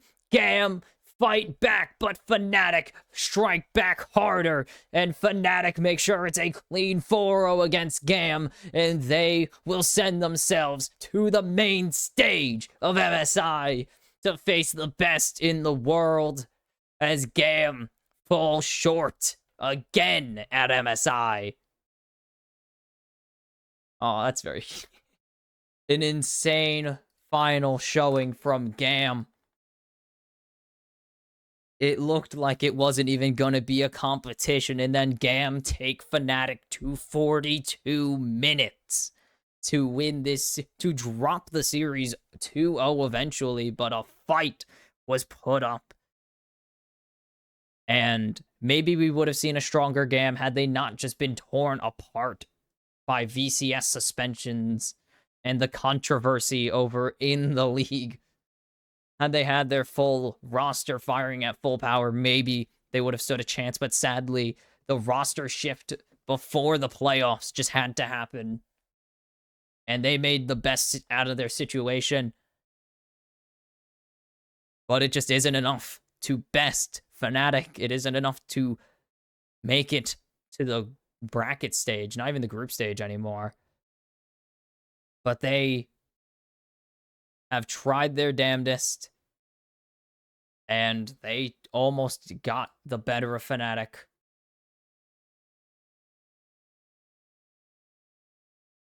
And GAM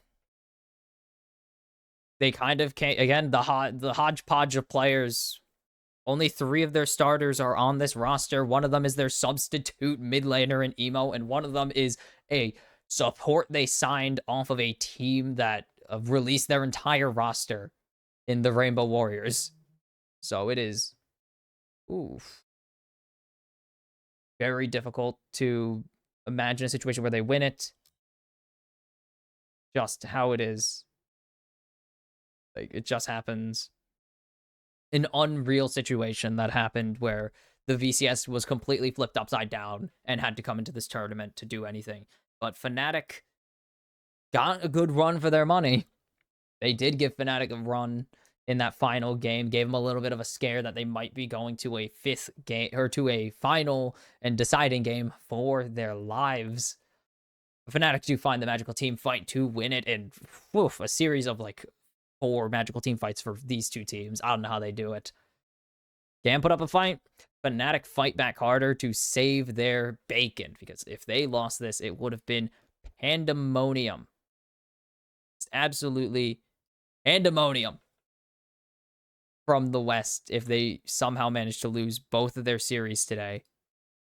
And so Fnatic advance to be the final team in the bracket stage and send GAM home. So it will be both Korean teams, both LEC teams, both LPL teams, one LCS team, the champions, of course, Team Liquid, and the champions of the PCS to round out our roster of teams, our 8 teams who will compete for the MSI championship. And to see who their opponents are, we have the draw, which, I mean, I don't even need to do a transition. We'll just get right into it. But, of course, Fnatic 2-0 GAM and PSG magically 2-0. I'm still not over that.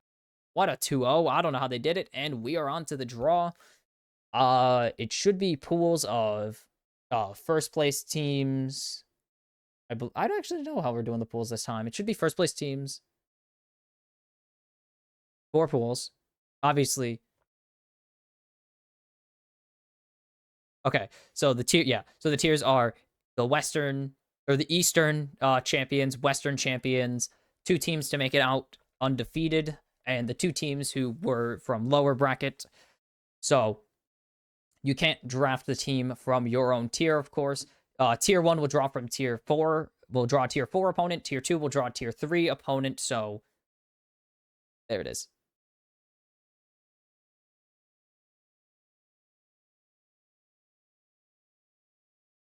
Oh, wait, no. Never mind. They're going to draw their opponents because no same side of the bracket.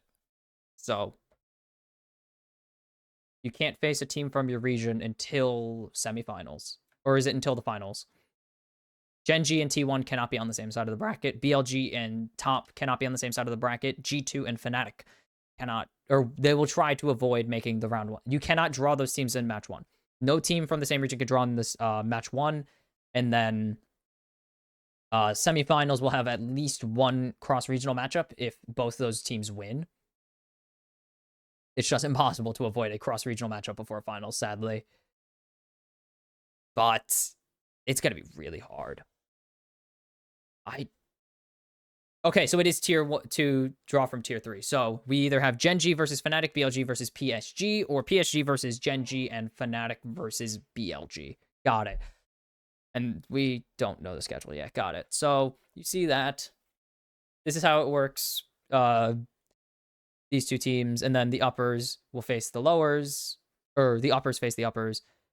But this is double elimination. So this is only the upper bracket that they're showing, which is awesome because we finally have a double elimination tournament for a championship that really matters. And I love it. And so more games, all best of 5s. All best of 5s. It's going to be insane.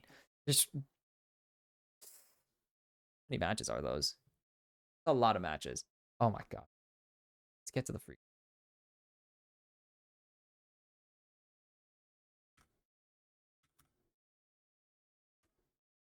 All right, finally. Draw time. I just skipped ahead. I didn't want to sit through. Like, I know. So, they're going to swirl the 2 balls around. Mix it up a little bit. And the first team drawn from Tier 1 is Gen G, will be in match 1. Not scheduling wise. We don't know the schedule until after this, but Gen G will be drawn into the first of 2 sides into the first tier. Obviously, Tier 1 draw 1. And that means on the other side of the bracket will be BLG. Also, how it works, the 2 teams from each tier cannot face their own tier until the finals. So Tier 1 will not, as you can see, Tier 1 will not face Tier 1 until the finals. Or until upper bracket finals. Sorry, I forgot there's 3 sets of finals this year. Upper, lower, and grand. So this will be the first Tier 2 team drawn. This will be the team drawn into the same bracket as Gen G. Team Liquid will be in bracket number 1 pretty much.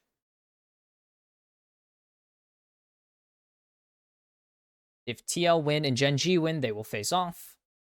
The Gen G side of the bracket, there's no reseeds because we can't really seed anything. And, of course, that means on the BLG side of the bracket, G2 will be slotted in to the Tier 2 side, to the Tier 2 slot. And they will face the second team drawn from Tier 3. So this is where it gets messy because this means that if T1 are drawn, they will be drawn to face. So G2 are facing T1 pretty much, is what we're hearing.